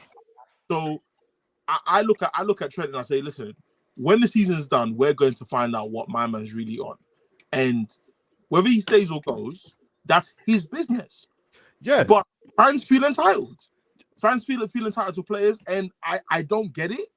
I get it for kids. I don't get it for grown men. But this is where we are. Because ultimately, they're going to feel betrayed because man's gone to Madrid. Now, whether he's going at the right time is on him. Like, what David's saying, I agree in terms of, like, everything Trent's experiencing, he is the only one that's going to have to deal with the consequences of what happens next. No one else. No fans. Not his parents. Not his girl. Not his agent. He is going to have to deal with it. And for me, Liverpool have done a lot to not shield him from a lot of the stuff that's coming out of it, like the vitriol and the fans getting onto him and this and the other. It feels like what it did to Sterling. It feels like exactly what it did to Sterling. They've left him out to dry because they didn't sort out his contract 2 years ago. And now his desire to leave is now become the straw that's breaking the camel's back. Because that's a concern, yeah. If we're a big concern. The names for wanting to finish his contract and go to another club, and knowing that we don't even know all the facts, I think it says a lot about human beings than anything else. That a man can't just keep quiet, play his football, and just trod on. That's crazy to me, but hey, that's just me. That's the world we live in, mate. That's crazy. Indeed. You know what it is, though, because, sorry to interrupt, Pete. I'll say loyalty in football's dead. Like, we all know this now. But the fan loyalty is still there. So it does have a part to play. I'm not going to discredit that. But I feel like some people in certain clubs, that's the only thing. If you respect and play for the club, you must respect the club. And you must respect me because I like that club. So that's just, yeah. So for me, that's how it is, really. Me, how I do with that, a big man, I'm out. I do the backlash then and then. We leave it at that. All this wahala, no, then I have this. What's my man? Sky Sports Pete Davidson asking me every week. Move, man. I'm out. Peace, deuces. AD, how are you going to celebrate your title next week? If it's not Guinness, then you're not a true Liverpoolian. Guinness. Is that Guinness? Bro, have you not been to Liverpool? Have you not been to Liverpool? The Irish pubs are galore over there. What's that purple thing? What did I call it? Was it a Guinness top? When they put the blackcurrant in there. Blackcurrant Guinness, yes. No, but Guinness they call it something. It's like snake bite or something. I don't know. No, I think it's a snake. I think you're correct. Yeah. Listen, I know what you're talking about, but it's blackcurrant and Guinness, which I think is what you're doing. But anyways, apparently it makes it sweet, mate. I'll be. You know what? It has not anti-climax. I don't want to say that, but I do want to win a title race one day, man. You know what I mean? What, as in have a race and win it? Actually, like it's 2 in a front. Because obviously the times we've been in one, we've lost, haven't we? You know what I mean? I think we lost on the final day a couple of times. So the back and the forth and actually getting it over the line. Because it's like, obviously, don't get me wrong. You know what I mean? We're gonna be in Liverpool. We're gonna turn up. We're gonna do it properly. But next year, lads, give us a battle, eh? Please, Peter, United boy, whoever. Please, we definitely can't. Oh, Fez. Not yet. Fez. We're not there yet. Fair play to you, mate. Fair play to you. Yeah, man. Fair play to you. Amram will do it, man. Don't worry. Liverpool have been the most outstanding team this season and deserve the title. It's just a matter of time of when they collect it. You never know. Palace might get a result against us in midweek, and the title will be clinched. So I think we have to beat Palace on Wednesday for it to go to the Tottenham game. So yes, yes, it does. So you can't even draw. I don't know if we can draw. I don't know. I don't think you can. I think you have to win. I think the Ipswich game was Arsenal if Arsenal don't win. But there's less games, so now I don't know whether. What's the gap now? The gap is 13 points. So I stopped counting, you know. No, why? Because I guess a draw goes down to goal difference. Like it's basically based on goal difference. But yeah, if we I believe ours is superior, isn't it? Yeah, I think it is. I think so. But lads, can I be honest? Like, again, this could be completely wrong. This could be completely far-fetched and completely wrong end of the stick, right? But something tells me the powers that be at Liverpool know what they're doing with regards to these contract situations. Just with the way how Van Dijk and Salah's gone, maybe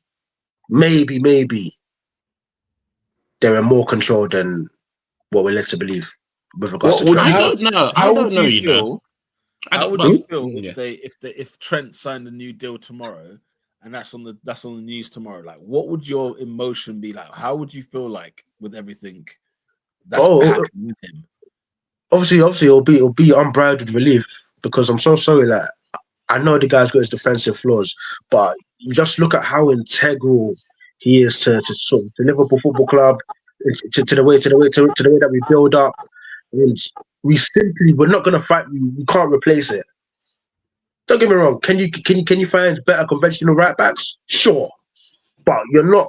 It's impossible. It's simply. I've racked my brain. I've thought of solutions. Yeah, my man even told me the other day. Why do you get KDB in on a season and playing right back? You know, me. That's. Do you know the saddest thing about it? That's one of the better solutions that I've heard. Because I can't find it. It's not Conor Bradley. That's for damn sure.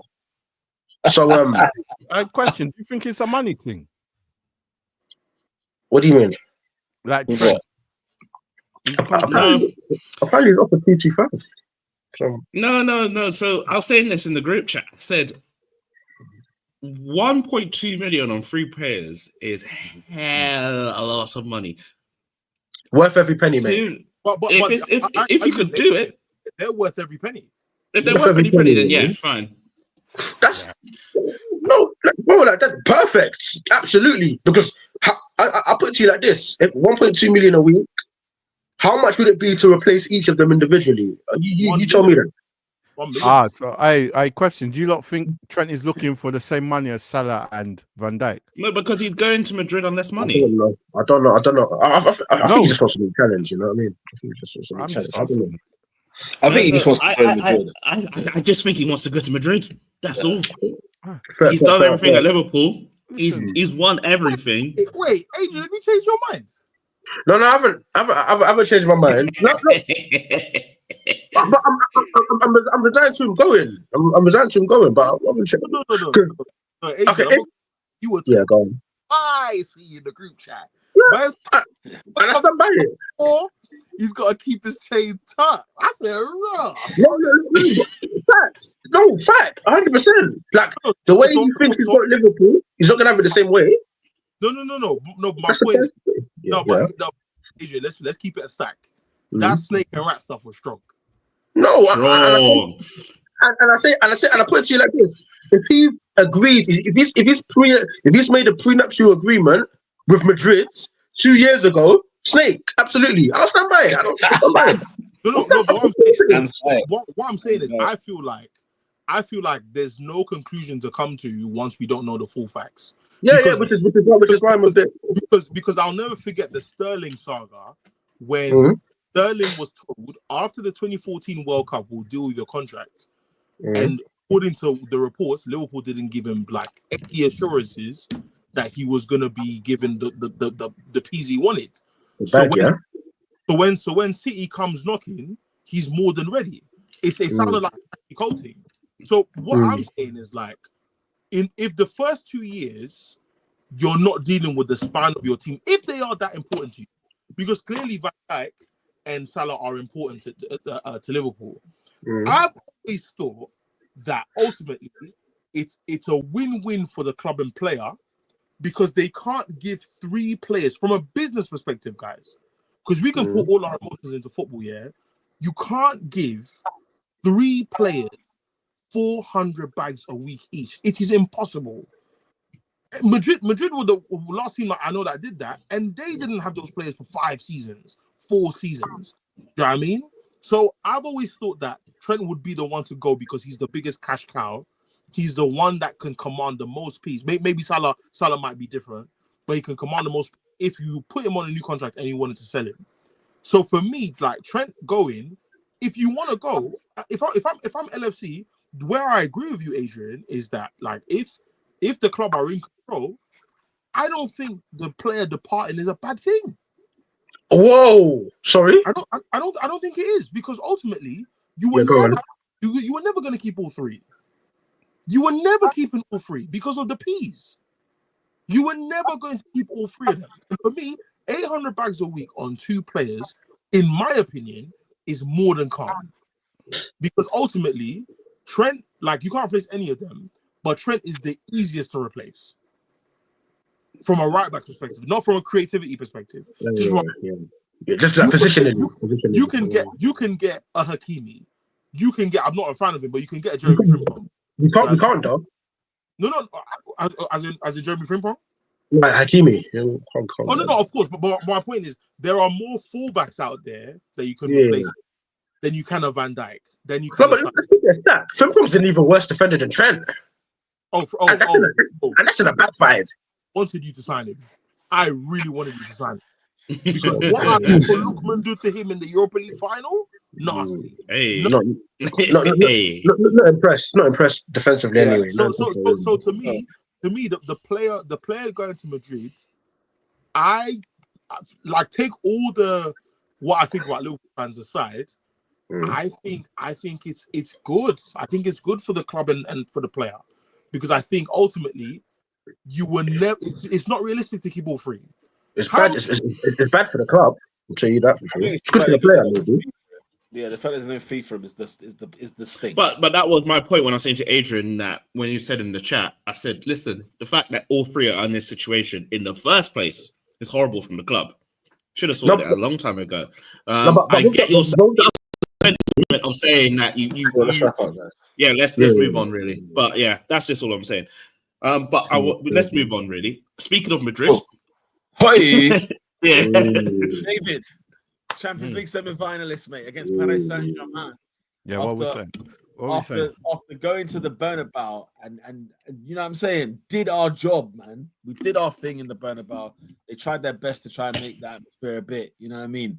They tried to make it hostile for us. They closed the roof. This year they didn't have the sauce. That team was we panned them. That team was badly built to put together this season. But yeah, we've done our thing. Partey's a fool. Oh God, he's a fool. Yeah. Him getting a yellow, so he misses the next game was madness. It was utter madness. I remember you put in the group chat. We beat them 2-0, but I think this one's a different PSG. With my man, I can't pronounce his surname, but from Napoli. Whatever his name is. Kvaratskhelia. Hey, and that midfield. That signing was a fantastic signing. It's a long day for Rice in the midfield, mate. And whoever they put there, and this is the thing, and hear me out, Pete, yeah? This is the same guy as Havertz, yeah? Marino is working up front. It's working.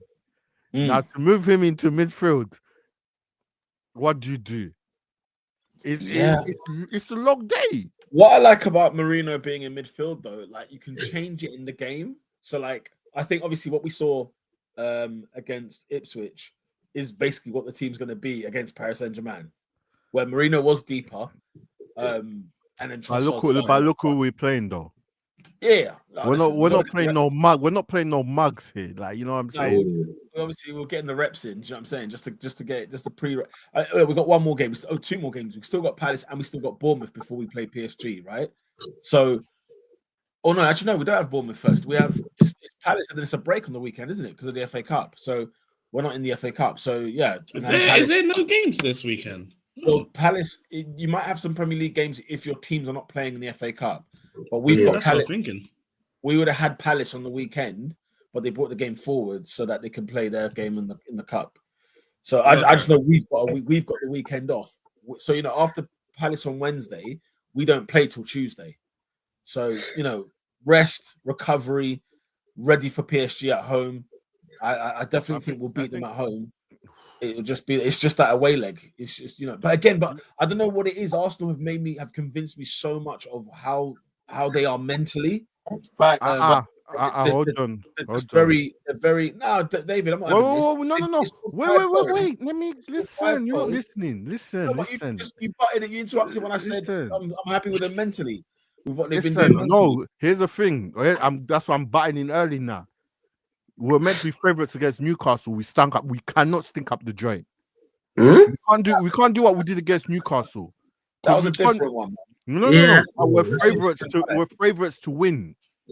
No, but you've got a chance. That. Look at the attitude of even Mikel when it comes to the Carabao Cup. Like we saw it from every from the top to the bottom of the club. You saw the attitude towards those cups, and that's what annoyed me because that's not my attitude. But you see, like that. It's just how they were.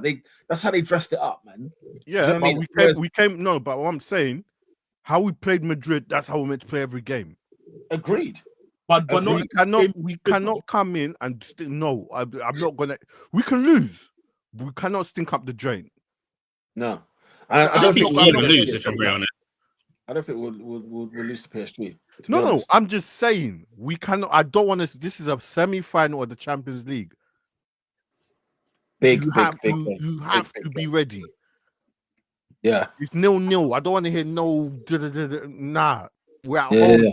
Newcastle. I don't want to see a Newcastle performance that first leg. True. I feel like we got to treat PSG like we did in the first game of the season. The early A stages in the Champions League. I think we played them in October. No, that's and not. You know what it is about PSG?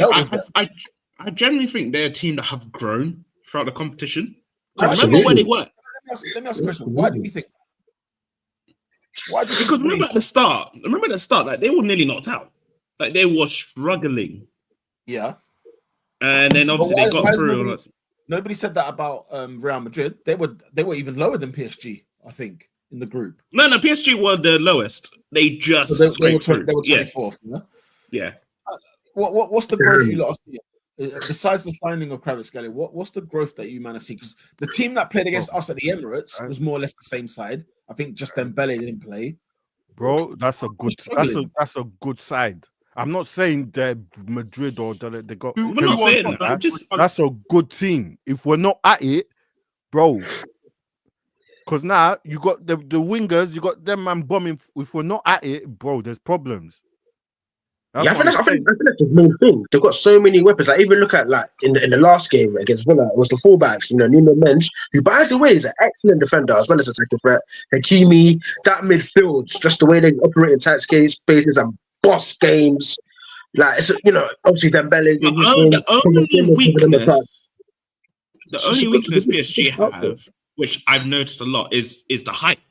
That's where you will win that game because they don't cross.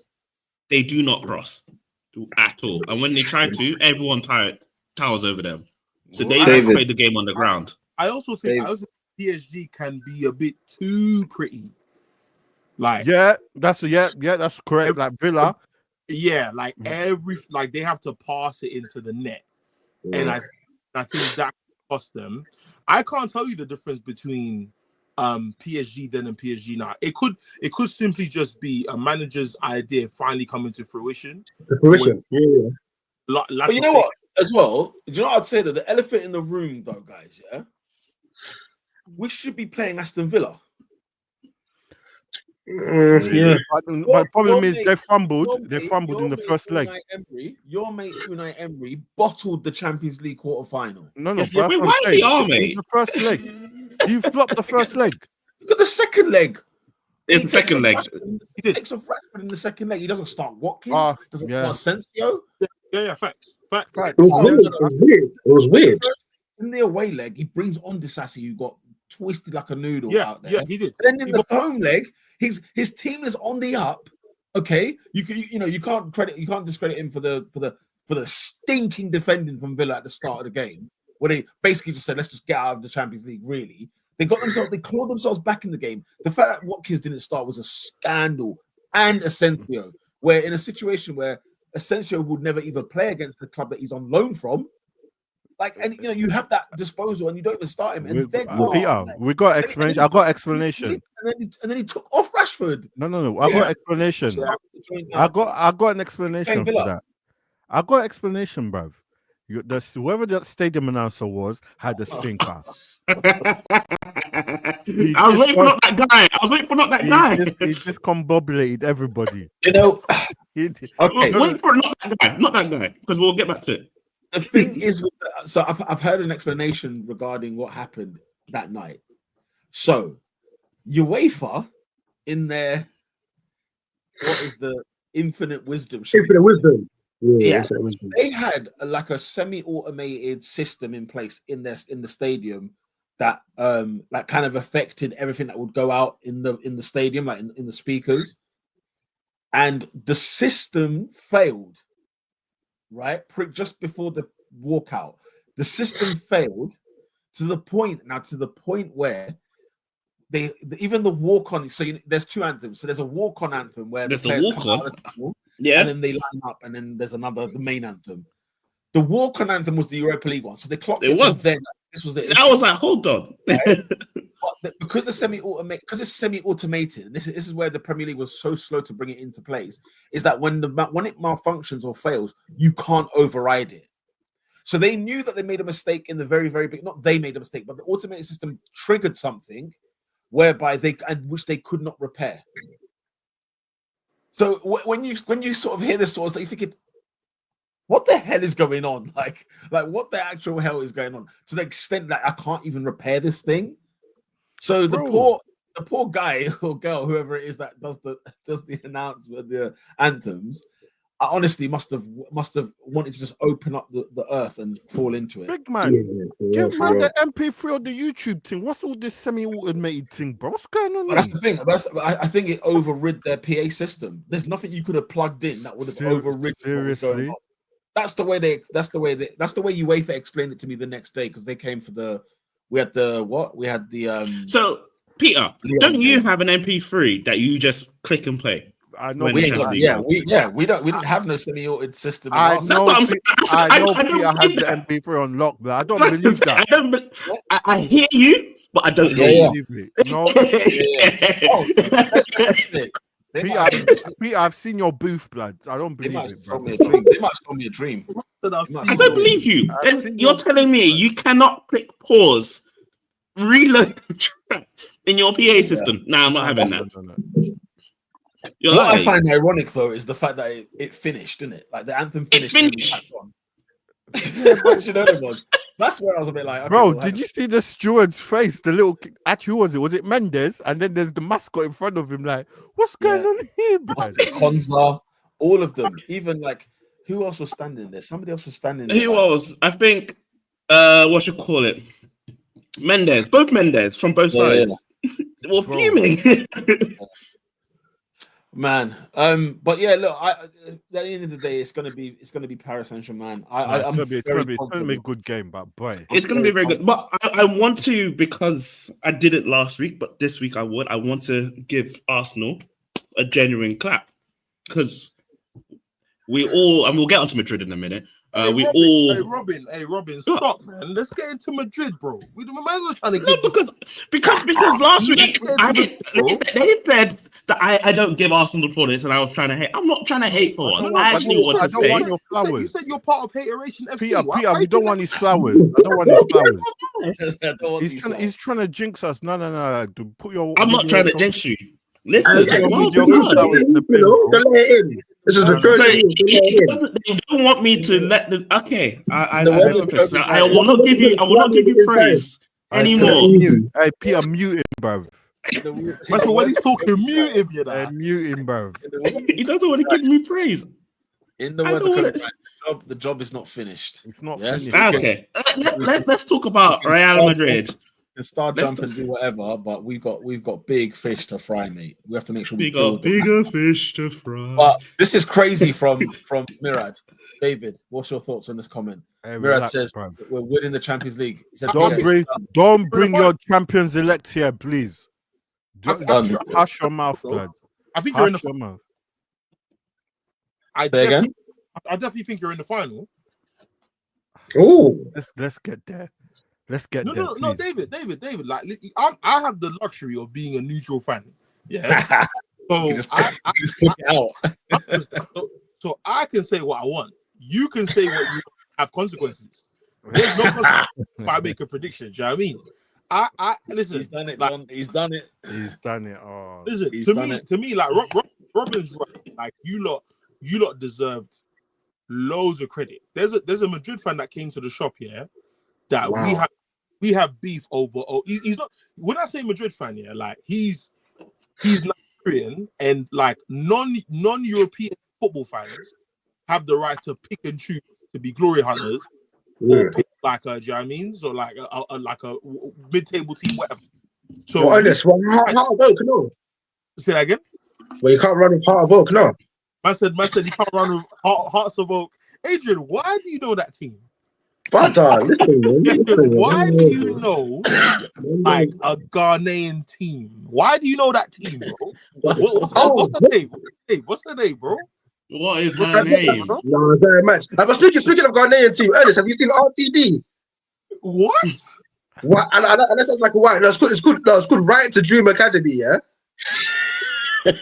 Oh, bro, it's lit. No, if you look at their pipeline, and then I think they're linked with that Nordlands club in Denmark.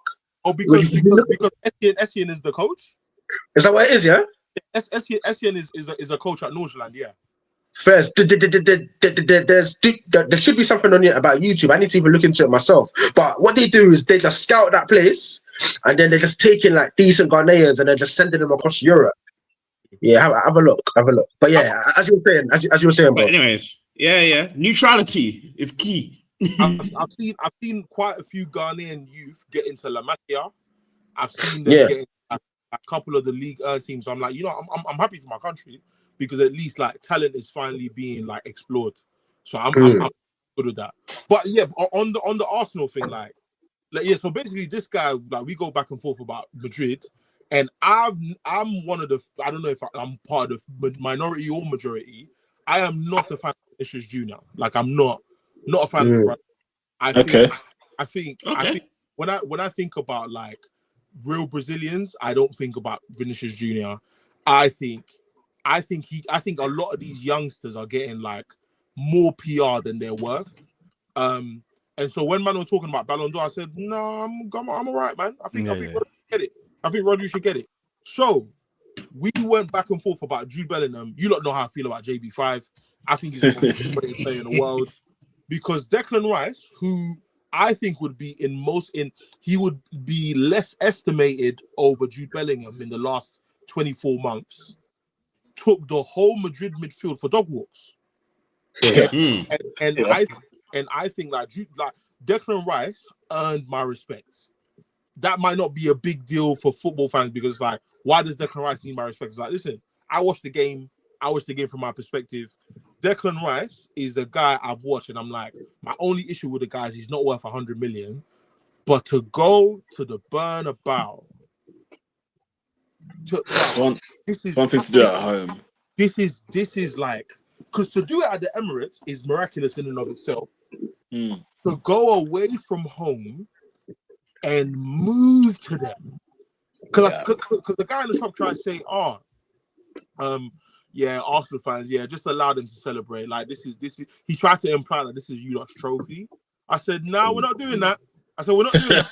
We are not doing that. We're not doing that because you lot, and this is what one thing I'll always is Oscar's been onto this Madrid team for years, and I said from 2022. They've played Bruges, they've played Leipzig, they played Dortmund in the final, they played Liverpool in the final. Whoa. Liverpool battered them. Okay. Dortmund battered them in the first half. Adeyemi should have had 2 goals. And these guys just say, we are Real Madrid, we're not losing. And the opposition believe it and lose. And Arsenal said, not today. You're not beating us today. And I don't know if you lot watched CBS, where I thought it was one of my favorite moments of CBS is when I'm looking at Henry essentially not pass the torch, but he rates Saka. I love the fact that Thierry Henry rates Bukayo Saka. Because if there's any OG you want to hear it from, he's the guy. He's when the one. you were going to the Emirates as a kid, you saw man's statue in the front. That's the guy you want to respect from here. He said, Bukayo, you and Martinelli scored some fantastic goals, but you know what I like the most? Your work off the ball. That's what he said. Because guess what, guys? Because you think this is an Arsenal loving. Oh, this is a Real Madrid takedown. The lowest numbers for kilometers covered in the Champions League thus far. The top 3 of Real Madrid. Really? They're not putting in work. Top 5. So I'm guessing Mbappe's in there, right? Oh, 100%. And another thing I wanted to say, Bukayo Saka ended the Rodrigo debates in 180 minutes of football. He ended it. That's Rodrigo. Rodrigo's not of the level. Vinicius is okay, but Rodrigo's not of the level. Do you know what I mean? Mbappe is the only real Galactico in that team. So and I said this. I put this in the group chat. Signing Mbappe was not the greatest footballing decision. You did say that. I said it at the beginning before they went through it. Why are you gonna? My man plays off the left. Why are you? You already got your superstar there, Vinicius. Why are you buying Mbappe? And bro, the gap. I watched that game here. The gap between defense and attack, there was no midfielders. Like Madrid are not scoring today. They're not scoring. It's true. Their goal came from a mistake, and that was it. They weren't scoring. It should have been 5-0 on aggregate. Can you believe that? 5 against Real Madrid. And then off to PSG. Tahar says, Peter, honestly, hats off to the boys. Arsenal played very well.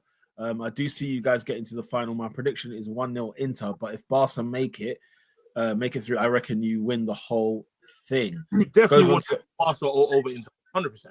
Oh, you definitely want Barca over Inter for sure. PSG, they give away too many chances, and I think a team like Arsenal will punish. Plus, your defense is very solid, and Rice is possessed right now. My only problem is who is going to be in that midfield next to him. Is it going to be Marino? I think it will be, because Jorginho, I think, is actually really injured. I think that landing the other night was really bad. So I think Jorginho's out. As in Arsenal career done, type injured. As in this, I think his season's finished, and I think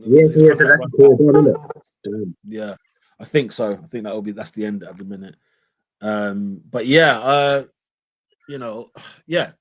if Arsenal stay in this exact zone, because even the way they play, like in the Premier League, we drew with Everton, we drew with Brentford, and it was like, really, Arsenal, come on, like, do you know what I mean? Like, what's going on? But then when you see how we performed against Ipswich, because it can be Ipswich, but the performance was so good, and that's why I said earlier it's the best performance, especially in the league this season. But because it was training session, like but that's what I'm saying. Like our earlier conversation, bro. Like we're playing League One players, bro. Yeah, no, that's true. That is true. But this same Ipswich side played us at the Emirates, and they could have got a point. We struggled to beat them. And it's just that like our shoulders are a little bit broader. Everyone's chest is up, heads up. We're walking into games now where it's like flipping out. We've taken down a lion, and it's like, okay, next to the sword, Paris Saint-Germain, and PSG are not impossible to beat. I think they're very beatable. I do rate Enrique, and I do rate what he's done with this team, but at the same time, I'm just like, if Arsenal keep the same stature, have the same posture. This is what I was saying earlier when you were telling me to knock off, bro. Up here, Arsenal, it is up here. Turn up on the day. I think they're there though. I think they have done it. I know they've done it, but you need to do it again. I'm saying, I think. No, you have to do it again. They are actually. They're there now. They're here now. But I need you on the 29th or 20th, whatever the date is. I need you on that day. Yeah. 100%. Tahar says, my prediction for the whole Champions League is Inter. They know how to manage a game, and Barca and PSG give way too many chances. Yeah, I mean, it depends. The Inter I saw in the second leg against Bayern Munich. I mean, every team in this semi-final kind of showed you, the quarterfinal kind of showed you, there was some definite, there was definitely. I don't know. I don't know who's going to win this Champions League. Can I keep it a stack? It's genuinely 25% each way. Like all four of them for their own merits. It's exciting. The only team I would say that I wouldn't go 25% on is Paris Saint-Germain. I genuinely don't think Paris Saint-Germain. I think they're the fourth best team left in the competition. Okay. In terms of winning it. In terms of the pedigree or just stuff that you've seen in the squad? I just think, like, okay, knocking out Liverpool obviously was definitely impressive, but again, Liverpool at Anfield, I don't know how you went out the Champions League then. Then I look at them against Villa and I think, as much as they have got exceptional stuff about them, like Villa should be in this semi-final. That's the worst there's that underbelly, isn't it? There's that underbelly, exactly. And just the fact that, like, as you man said, the performance at the start of the season, the group stage, if they finish 24th in this Champions League, it's the same season. They've only bought one player. They finished 15th. Okay, they finished higher. Fine. Okay, so they finished 15th in the Champions League. In terms of the four, if you were to do a roulette, but the betting odds to me, I think Arsenal might be one of the favorites purely because we beat Real Madrid, not because we're the best team left. But I could make the same argument for Arsenal beating Madrid, because Madrid also finished below the top 8, and Madrid were worse than Liverpool against PSG. That's true.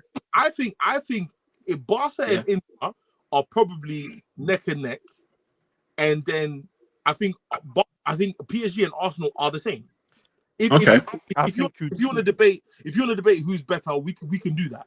But ultimately, PSG beat Liverpool at Anfield, and Arsenal beat Madrid at the Bernabeu. So I think it's quite even. I think it's who turns up. It's going to be who turns up. Facts. Yeah, facts. Who's going to blink first? Yeah. What the concern I only have for this tie is that we're away second. That's my only concern, and I think that's a farce. By the way, bear in mind Arsenal finished I think 3rd in the group, but we've played home first, both against Real Madrid and against PSG, teams that finished way well below us. I think was that not done in the draw though? It was. Yeah, it was done in the draw. But that's the thing. There is no point finishing top 8. You've given me no incentive to finish in the top 8. That's what it basically is. Someone was saying in the shop that the seeding should be incentivized by giving people home advantage second leg. 100%. No, because that's what's happened to us. We've always had the second leg at home so far in the knockouts. Listen, I'm not trying to go down this American route or I said American, then he said route. Look at this American thing. Nah. I like David. I genuinely don't know what's going to happen in Champions League. It's exciting. It generally is exciting, and I think whoever's in the final will be a good match. Will be a very good match. Oh, for sure. Yeah, for sure. Yeah, because you don't want to play Barca or Inter. In all honesty, lads, where are we watching this Champions League final? When is it? What's the day? What is the day? 31st of May. 31st. Because it's Saturday night. Also in the final, we gotta find a spot. Peter, have you booked your ticket to Munich? Yes or no? Peter said, I don't know. You've not said yes yet. Is concerning, bro. I'm at work. Peter's scratching his chin, but he's gonna be there, guys. I am waiting and waiting. But let me tell you something right now. By hook or by crook, if Arsenal are in the Champions League final, I will be in Munich. I tell you that for a fact. Man said, "Way make miracle worker."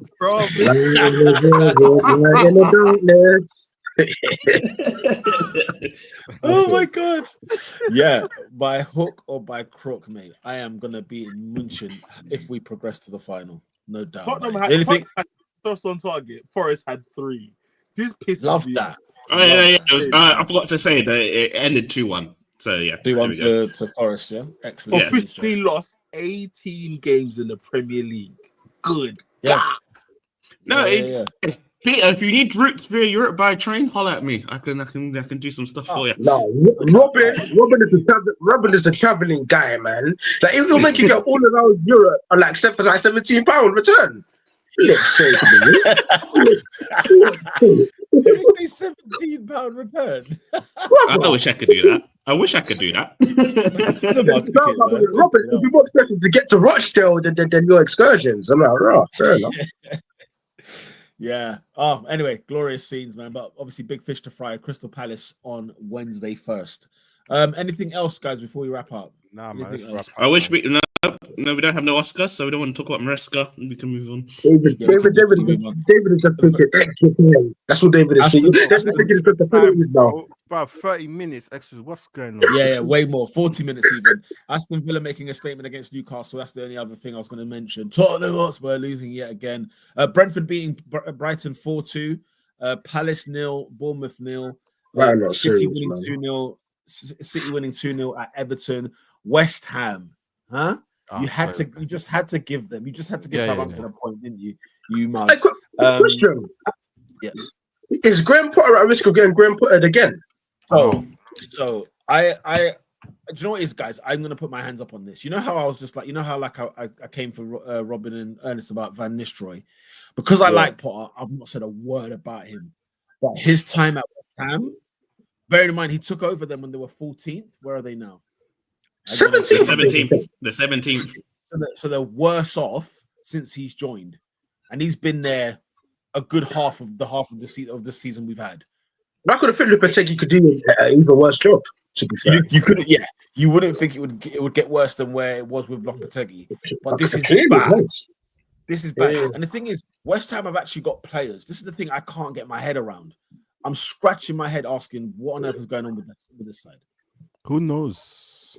You know, and they beat us at home. Do you know what I'm saying? It's like, for flip's sake. Anyway, Kuda's going missing for a start hasn't helped. Yeah, true. Kudus has missed all season. Yeah, and Antonio, like, we said at the time that full Cook signing was awful bit of business. I don't know what they were thinking. Did you see his post match? He had some strong words to say as well.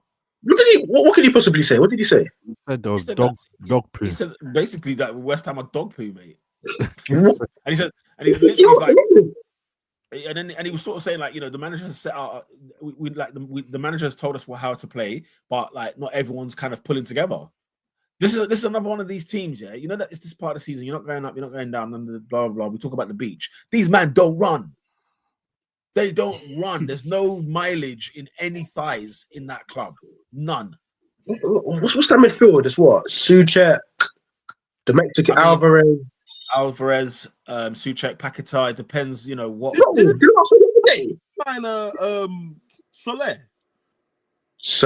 on and off. Yeah, he's not a regular starter as such. He comes on, he starts some games. So Ward-Prowse back. Ward-Prowse. When did he get back? We were at Forest the other day. He's at Forest.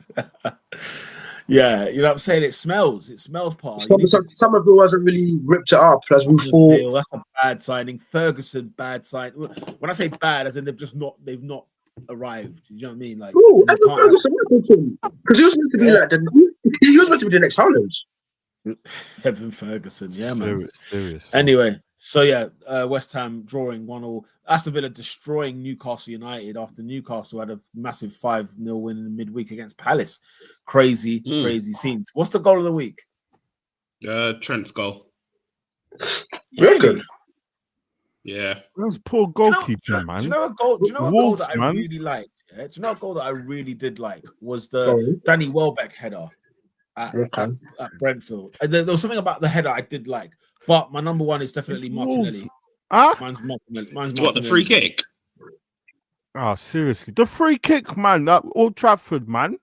It was good. It was a good free kick. Got buried, blood. Allow it. Yeah, that was a good free kick, you know. It was a good free kick, but I know it's not Declan Rice, but bruh, come on, I like it, bro. But it was a good free kick. David. Allow it. I know, Ernest, you're not gonna think. Yeah. I should have even said that. I take it back. If Peter said, you would have said, "Hey, relax." I can't be gassing. I know what I said. But it was a good free kick.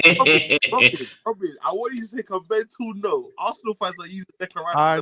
I know what I said. So I like. I said it. No.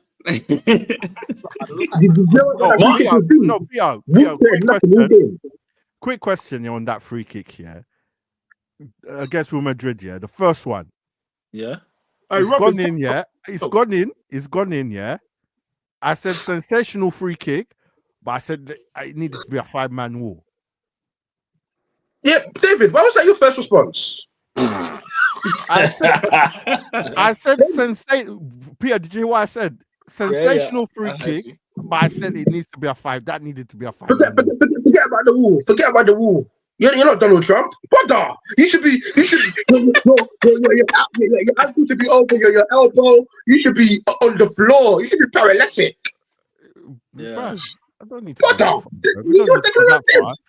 I don't need to go that far. Yeah, I don't think it's far enough. I'm having some type of window. It was low enough. Anyway, goal of the week. Anyway, goal of the week.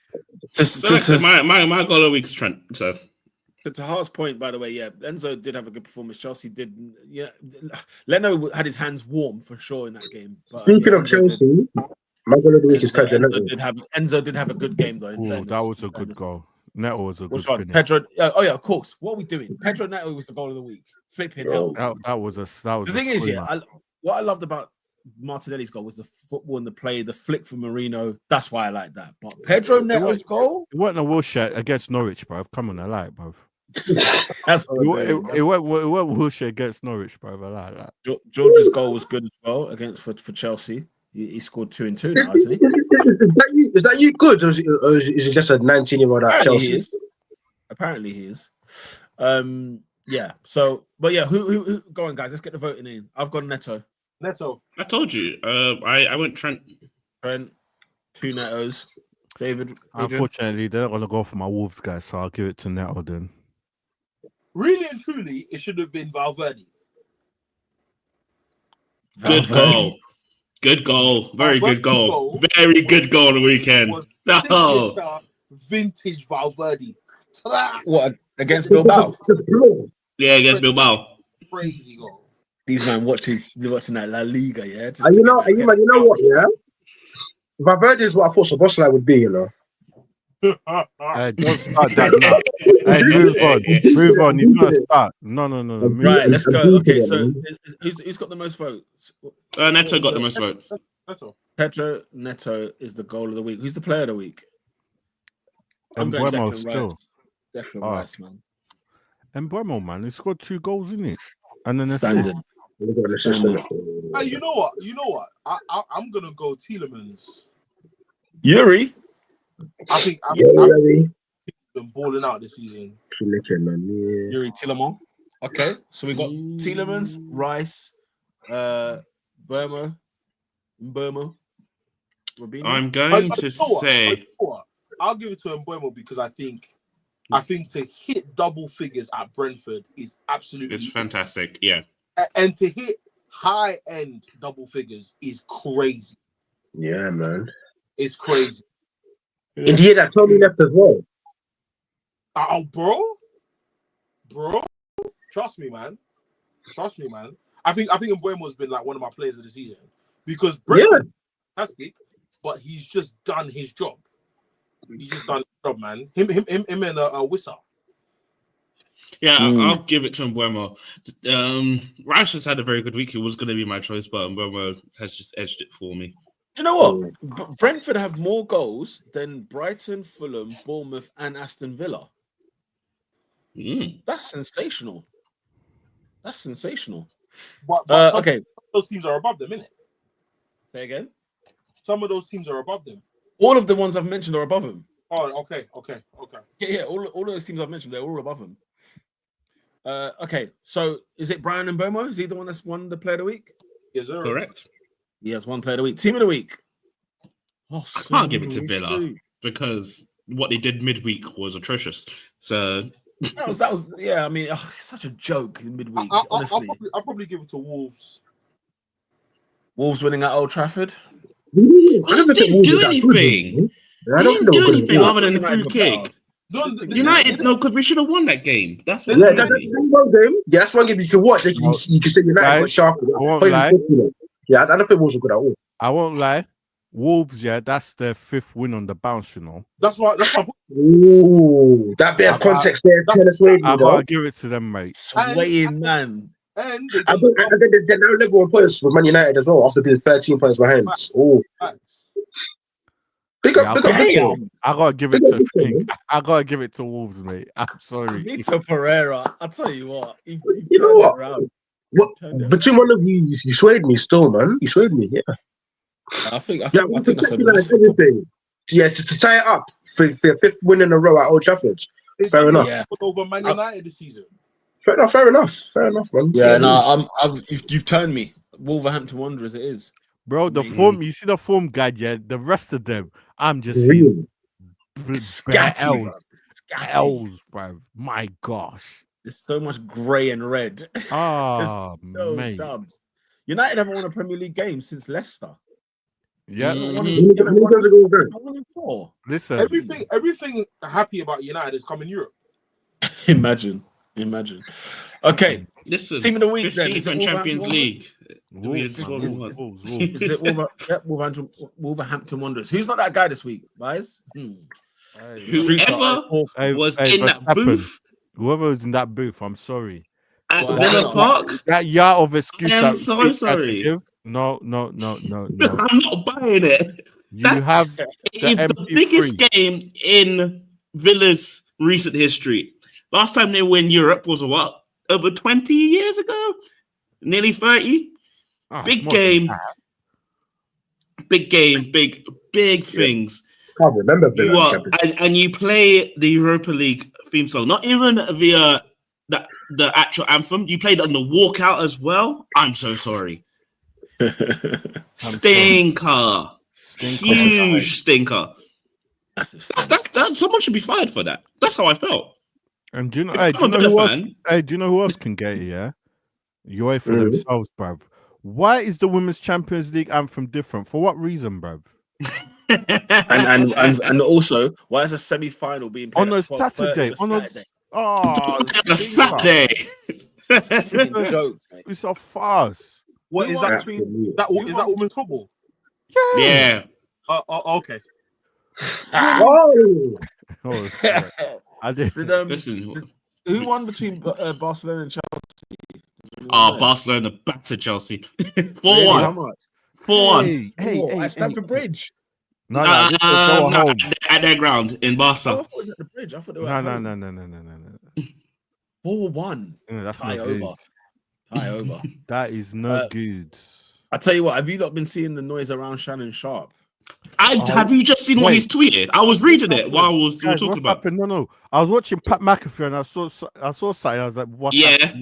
No, he's just tweeted something 1 hour ago. I've read it and I said, "Hey."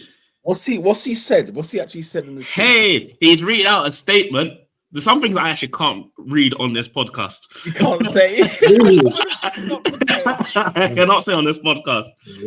But it's just like, is it allegations? Allegation. It's a statement. It's a long one. But what's in there? What's in there? The content. Basically, somebody's tried to trap him in it. Into that's what I can give you. I'm not gonna lie. This banter. I want you to put a dog collar around my neck and choke me with it while you're beating me. Please. I told you. I didn't want to say it. I said, I know you this big juicy A double snakes. Oh my! That's crazy. But the thing is, this is the same brother that left his eye live on. There are worse statements in there, by the way. There are worse. The thing is, it's like because I'm hearing that this girl basically. Hold on, PP. Sorry, is that why changed his name to Big Black Baby? Say that again. Culture Cam's Twitter handle. No, big Black Baby. I'm not gonna lie, guys. This has to be discussed off pod. No. There's some things I don't want to say because I said I can't repeat this. Not live. I want you to put a dog collar on around my neck. What's going on? Hey, yo. I can't believe it. And the thing is, the IG thing, apparently, the girl that's come out with this claim has said, like, basically they used the IG thing to pretend to be her. It weren't her. It's another girl altogether. But then but the other stuff that on the real, a woman has claimed, just for those that didn't know, has claimed sexual assault, assault and battery, and sexual battery as well. Oh my God. Holy smokes! Because you can't even just for the fact that I'm attached in a case like that is already stress, man. And to think the last week, ain't it funny though? Last week he got offered 100 million. He's got 100 million deal with his podcast, I think it is.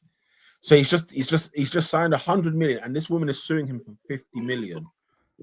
Wow. Now the problem I have with this one is your lawyer. Your lawyer is an issue here. This is the same one that went after my man, or after Mr. Carter, mate. Yeah. He ain't got a good track record, mate. So this is pure madness. But hey, I was not there, so I will not bear false witness. So wait, the same lawyer that tried to get a Jay-Z? Yeah. Oh, he's finished.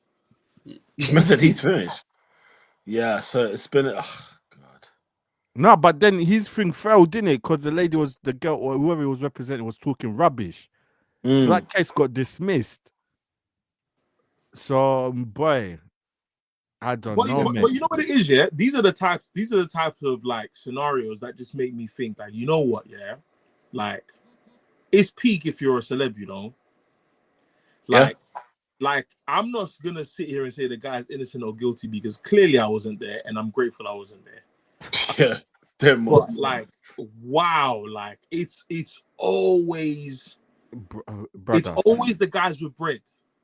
Just settle down. You should have settled down time ago. You don't run into such problems. The brother's 55 and had a hip replacement or whatever it was. He can't move his leg properly. Like these are not the scenarios you want to find yourself in. Yeah. But you know, the game is the game. If you want to go tell your boys that you deal with young things, then this is what you gonna get. It's what you gonna get. And he was just talking about this on his podcast the other day. Man, Yeah, man. It's mad. They caught Kevin Samuels with a young thing. Man got a heart attack. No, you know, flipping hell. Yeah, he passed away, bro. What was it? Was it a young thing? Because I heard she was kind of a big, was young. Like that. She was a big one. Oh, she was big and young. I said she was big and young. Yeah, because I can remember because they were ridiculing him in posthumously. They were flogging him posthumously. She was young. You get me? Young is crazy. Yeah, that's after all those years of slander. Look how he went out. I was like, first. You know what? I got my opinion about. I don't think it's slander if you're telling people to lose weight. But if you're like, because I think that I want to turn this pod into something else. But if your preference for big things is your preference, that's not who you want to like marry. That's just your preference. And you happen to have the resources and the ability to be in the hotel rooms like Wayne Rooney, and just be in rooms of young things, and just do your thing. Do you know what I mean? Ultimately, man, the game is the game. Guys, I put Sky Sports on and see Ange's face as he has another post-match interview where he can't show his eyes to the camera. Oh, I love it. So funny. It's so funny. But shout out to Shannon Sharp, man.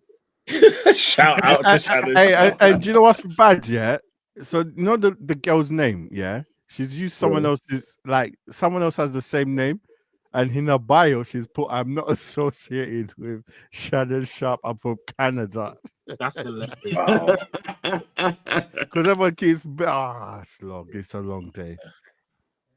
It's true. Long. Yeah, I mean it's a lot. And you don't want to have this sort of stuff on your neck, man. So I don't know what in these scenarios. I don't know what I want, whether to be true or not. I don't know what I want. You know what I mean? Because on one hand, you don't want the allegations to be true, but like, what if they're like, if he gets off when it actually may have happened? You know what I mean? It's stuck. Like, you're stuck with that. Like, it's just, it's messy. Oh, guys, very Paul Heyman took shots as well. This is mad. That's why he did it. Paul Heyman. Remember when I said before the start of the show, I said go watch. If you haven't watched the Pat McAfee show, go watch it. I know people don't like it, but this one, like the whole John Cena, but particularly Paul Heyman, he went in. I'm gonna watch that, boy, because he's on ESPN, isn't it? Yeah. He's on ESPN, isn't it? So Pat McAfee's on ESPN, to be fair. Yeah, what does this mean for the first take? Damn. Mad thing. And then Unk, you know what I'm saying? When he goes on his show, on his what is it, nightcap, whatever it's called. Club Shay Shay. Unc, you need to settle down, man. This ain't gonna be the voice of reason that he hates you. No, because I don't think you guys understand, yeah. Like, I used to watch Kevin Samuels bear. Bro, some of the things that this guy was pulling, yeah, at the age of 50, whatever, I think it adds to the file cabinet I've got against America not being a real place. It's not. It's not a real place, bro. Like, you man think this is going to stop Shannon Sharp, and also you think it's going to stop these young things from moving to him? You're correct. It adds value. If anything, it adds value. You're crazy. Oh, that's what you earn, huh? Yeah, man. It's the comments are having me dying. Yeah, they said they said white side, backside, 25K per side.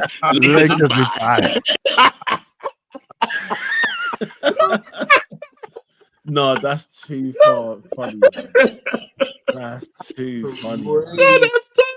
Crazy. The minute you said white side, I was like, oh, here we go. Here we go.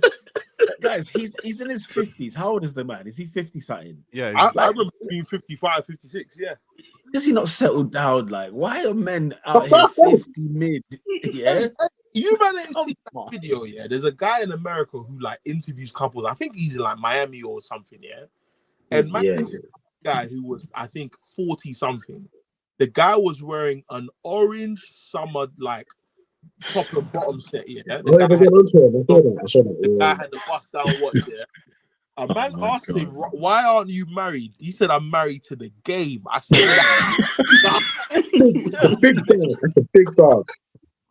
The guy said, "I'm married to the game." I said, "Yeah." That's what I'm talking about. That's it. You're stuck. That's it. You're stuck. Do you know how many of these guys who are 40 plus come to the barbershop and still talk about piping bare girls? You're a big man, you know. Like, you were born at a time when Michael Jackson was putting out smash hits. Like, smash hits. Oh, the brand new was still up. No, brother. The guy was a kid watching Michael Jackson Moonwalker. Crazy. Oh my god. Man's out here talking about he's married to the game. Right. What else? Who else is not that guy? Shout out. Shout out to him. It's outrageous. Yeah. Anything else? Anyone else? No. That was my major one. The Villa one. No, that's horrible. But yeah, the Shannon Sharp. Shocker. Yeah, Shannon, uncle, you need to stop. It's time to retire, bro. That's the case that will stop. Nah, man, it's outrageous, man. It's outrageous, guys. That was the top 4 podcast this week. Flipping hell. Make sure you guys smash a like on the video. For real. Ooh, that's a Triple H for the WrestleMania ending. Hey, tell Robin, Baraka, tell Robin. Listen, wrestling has been ruined for everyone. Wrestling. But yeah, guys, make sure you share, like, and subscribe. Thank you very much for joining us. We'll be back next week talking all things football. So I think, is it FA Cup weekend this weekend then? Yeah, there is FA Cup, but it's mostly Prem, and then it's basically Champions League. It's European preview. Is it the semi-final of the FA Cup? Semis, yeah. Yeah. Wow. At Wembley. Yeah. So bloody hell, City are playing Villa tomorrow.